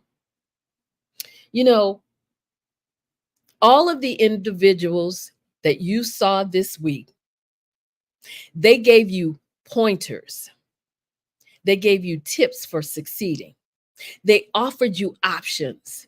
They gave you resources that you probably didn't even know about in some cases. And they showed you a roadmap to help you to get to where you're trying to go. They literally poured into you from their souls. And now all you have to do is to get to work and to implement the things that were shared with you this week. And here's a thought. I want you to keep this in mind. Diamonds don't form without pressure beneath the earth's surface. And in the same way, your business or personal growth and success will usually be born out of the struggles you may face trying to get to where you want to go. So be that diamond, even if you're a diamond in the rough. Here's another important thing to remember. If you wait until you know you're going to succeed at something before you try it, you can spend the rest of your life just waiting. The real recipe to success is not to wait until you have attained mastery before you step out of your comfort zone and pursue your goals. You should realize it's in the pursuit that you'll build the mastery. What you focus on is what you will develop. You cannot get it just by listening and not implementing. You have to do something. You have to work toward success. This platform is here to help you set your own dreams and goals, not someone else's. That's what the information you're receiving will do for you, if you let it. The path to success, it's not a sprint, but a marathon, where endurance and consistency are your fuel. With all of that said, I'm going to give you another secret to success, and that is to never stop learning. Obtaining knowledge is a continuous journey. The best leaders I know, they never stay in one place where they wouldn't benefit from the insight of others who have attained success. I want you to remember this every time you think of quitting. Everything begins in your head. You are what you believe yourself to be. So never, ever feel that you aren't good enough. Having an open mind and a positive mindset means that you are open to the idea that you have value, that you have worth, and that your contribution can and will mean something to this world. Every successful person will tell you that their climb to success came with hurdles and obstacles to overcome. True success does not come easy, and it's not a piece of cake or a walk in the park, but determination will pay off. When it comes to succeeding, never tell yourself you can't be as successful as others. Know and believe that you are capable of accomplishing as much or more than others have accomplished. The key is to possess the same drive and determination, because that's what separates the successful from those who stand on the sidelines and watch others reach the top. Sitting, listening, and not implementing will not do you any good. So don't waste this opportunity. Don't waste this information or the resources that you have received and have been privy to so far this week. Go back and listen to any of the sessions you feel will be helpful. And I challenge you to do so. Let your dream of success be the fuel that propels you forward. Believe that you can do anything you set your mind to do. Remember, it's the state of your mind that will make you successful. What you do makes a difference, and you have to be the one to decide what kind of difference you want to make. But perhaps, and most importantly, a successful mindset is grounded in gratitude and generosity. Success is not a solitary journey. It's a collaborative effort. So be grateful for the support, the guidance, and the opportunities that come your way. And make sure to pay it forward whenever possible, as Dr. Kelly is doing with this platform. Lift others up, share your knowledge and resources, and celebrate the successes of those around you. In the end, true success is not measured by what you achieve, but by the impact you have on others and the world around you. Keep in mind, cultivating a successful mindset is not just about achieving external milestones or accolades. It's about becoming the best version of yourself and making a positive difference in the world. So believe in yourself, embrace challenges, take risks, stay focused, and always remember to be grateful. With the right mindset, anything is possible. So show up, rise up, and become the successful person you were meant to be. Because when you do, we will all win. I want to thank all the viewers. I am Dr. Madeline Ann Lewis, President and CEO of the Executive Women's Success Institute.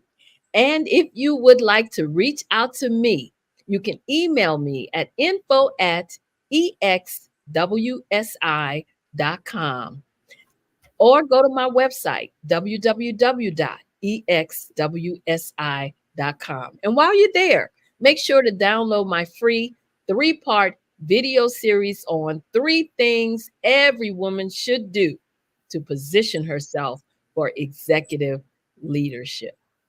Thank you. Thank you. Thank you so much, Dr. Madeline. As a young Black business owner myself, I am very impressed by you.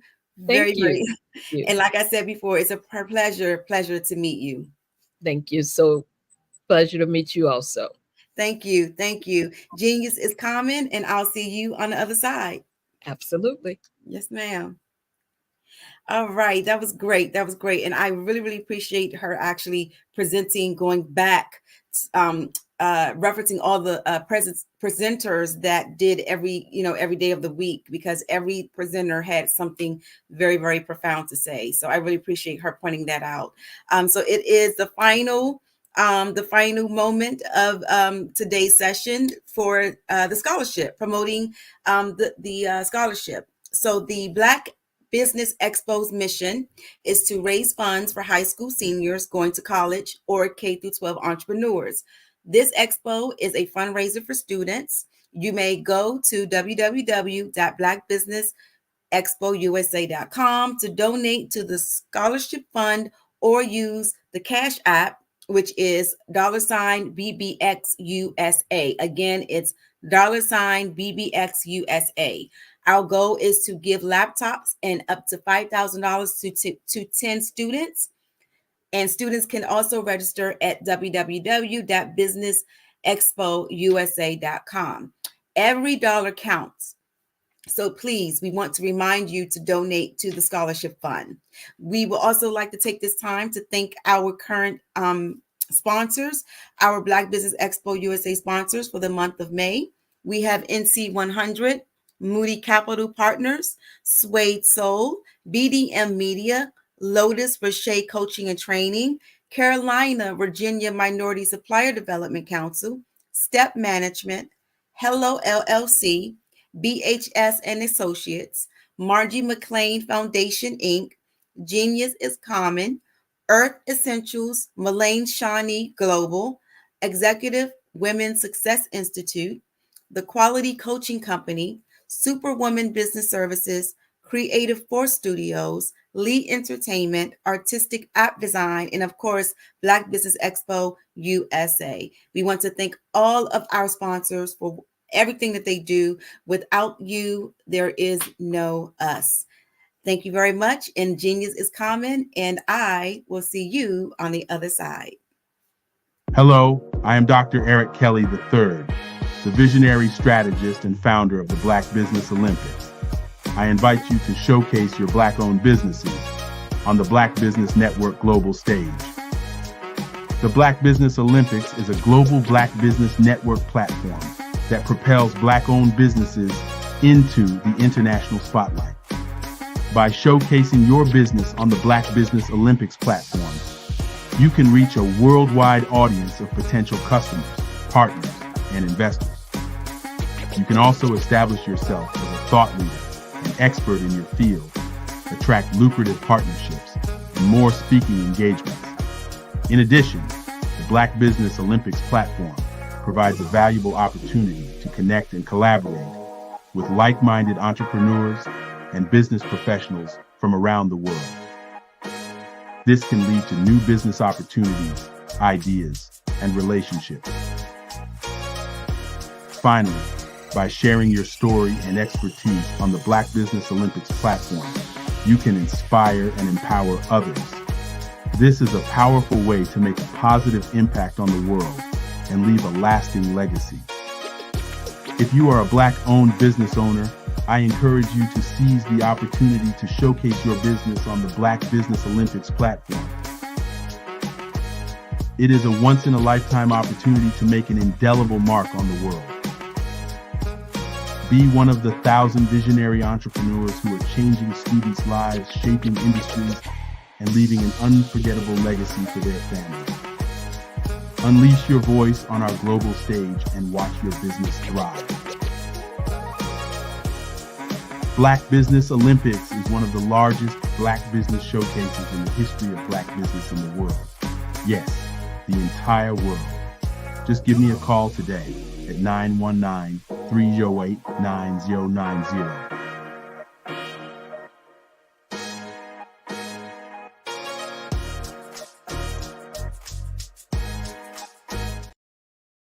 The Black Business Expo's mission is to raise funds for high school seniors going to college or K-12 entrepreneurs.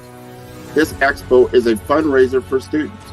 Please, you may go to www.blackbusinessexpousa.com to donate to the scholarship fund or use the Cash App at PBX USA.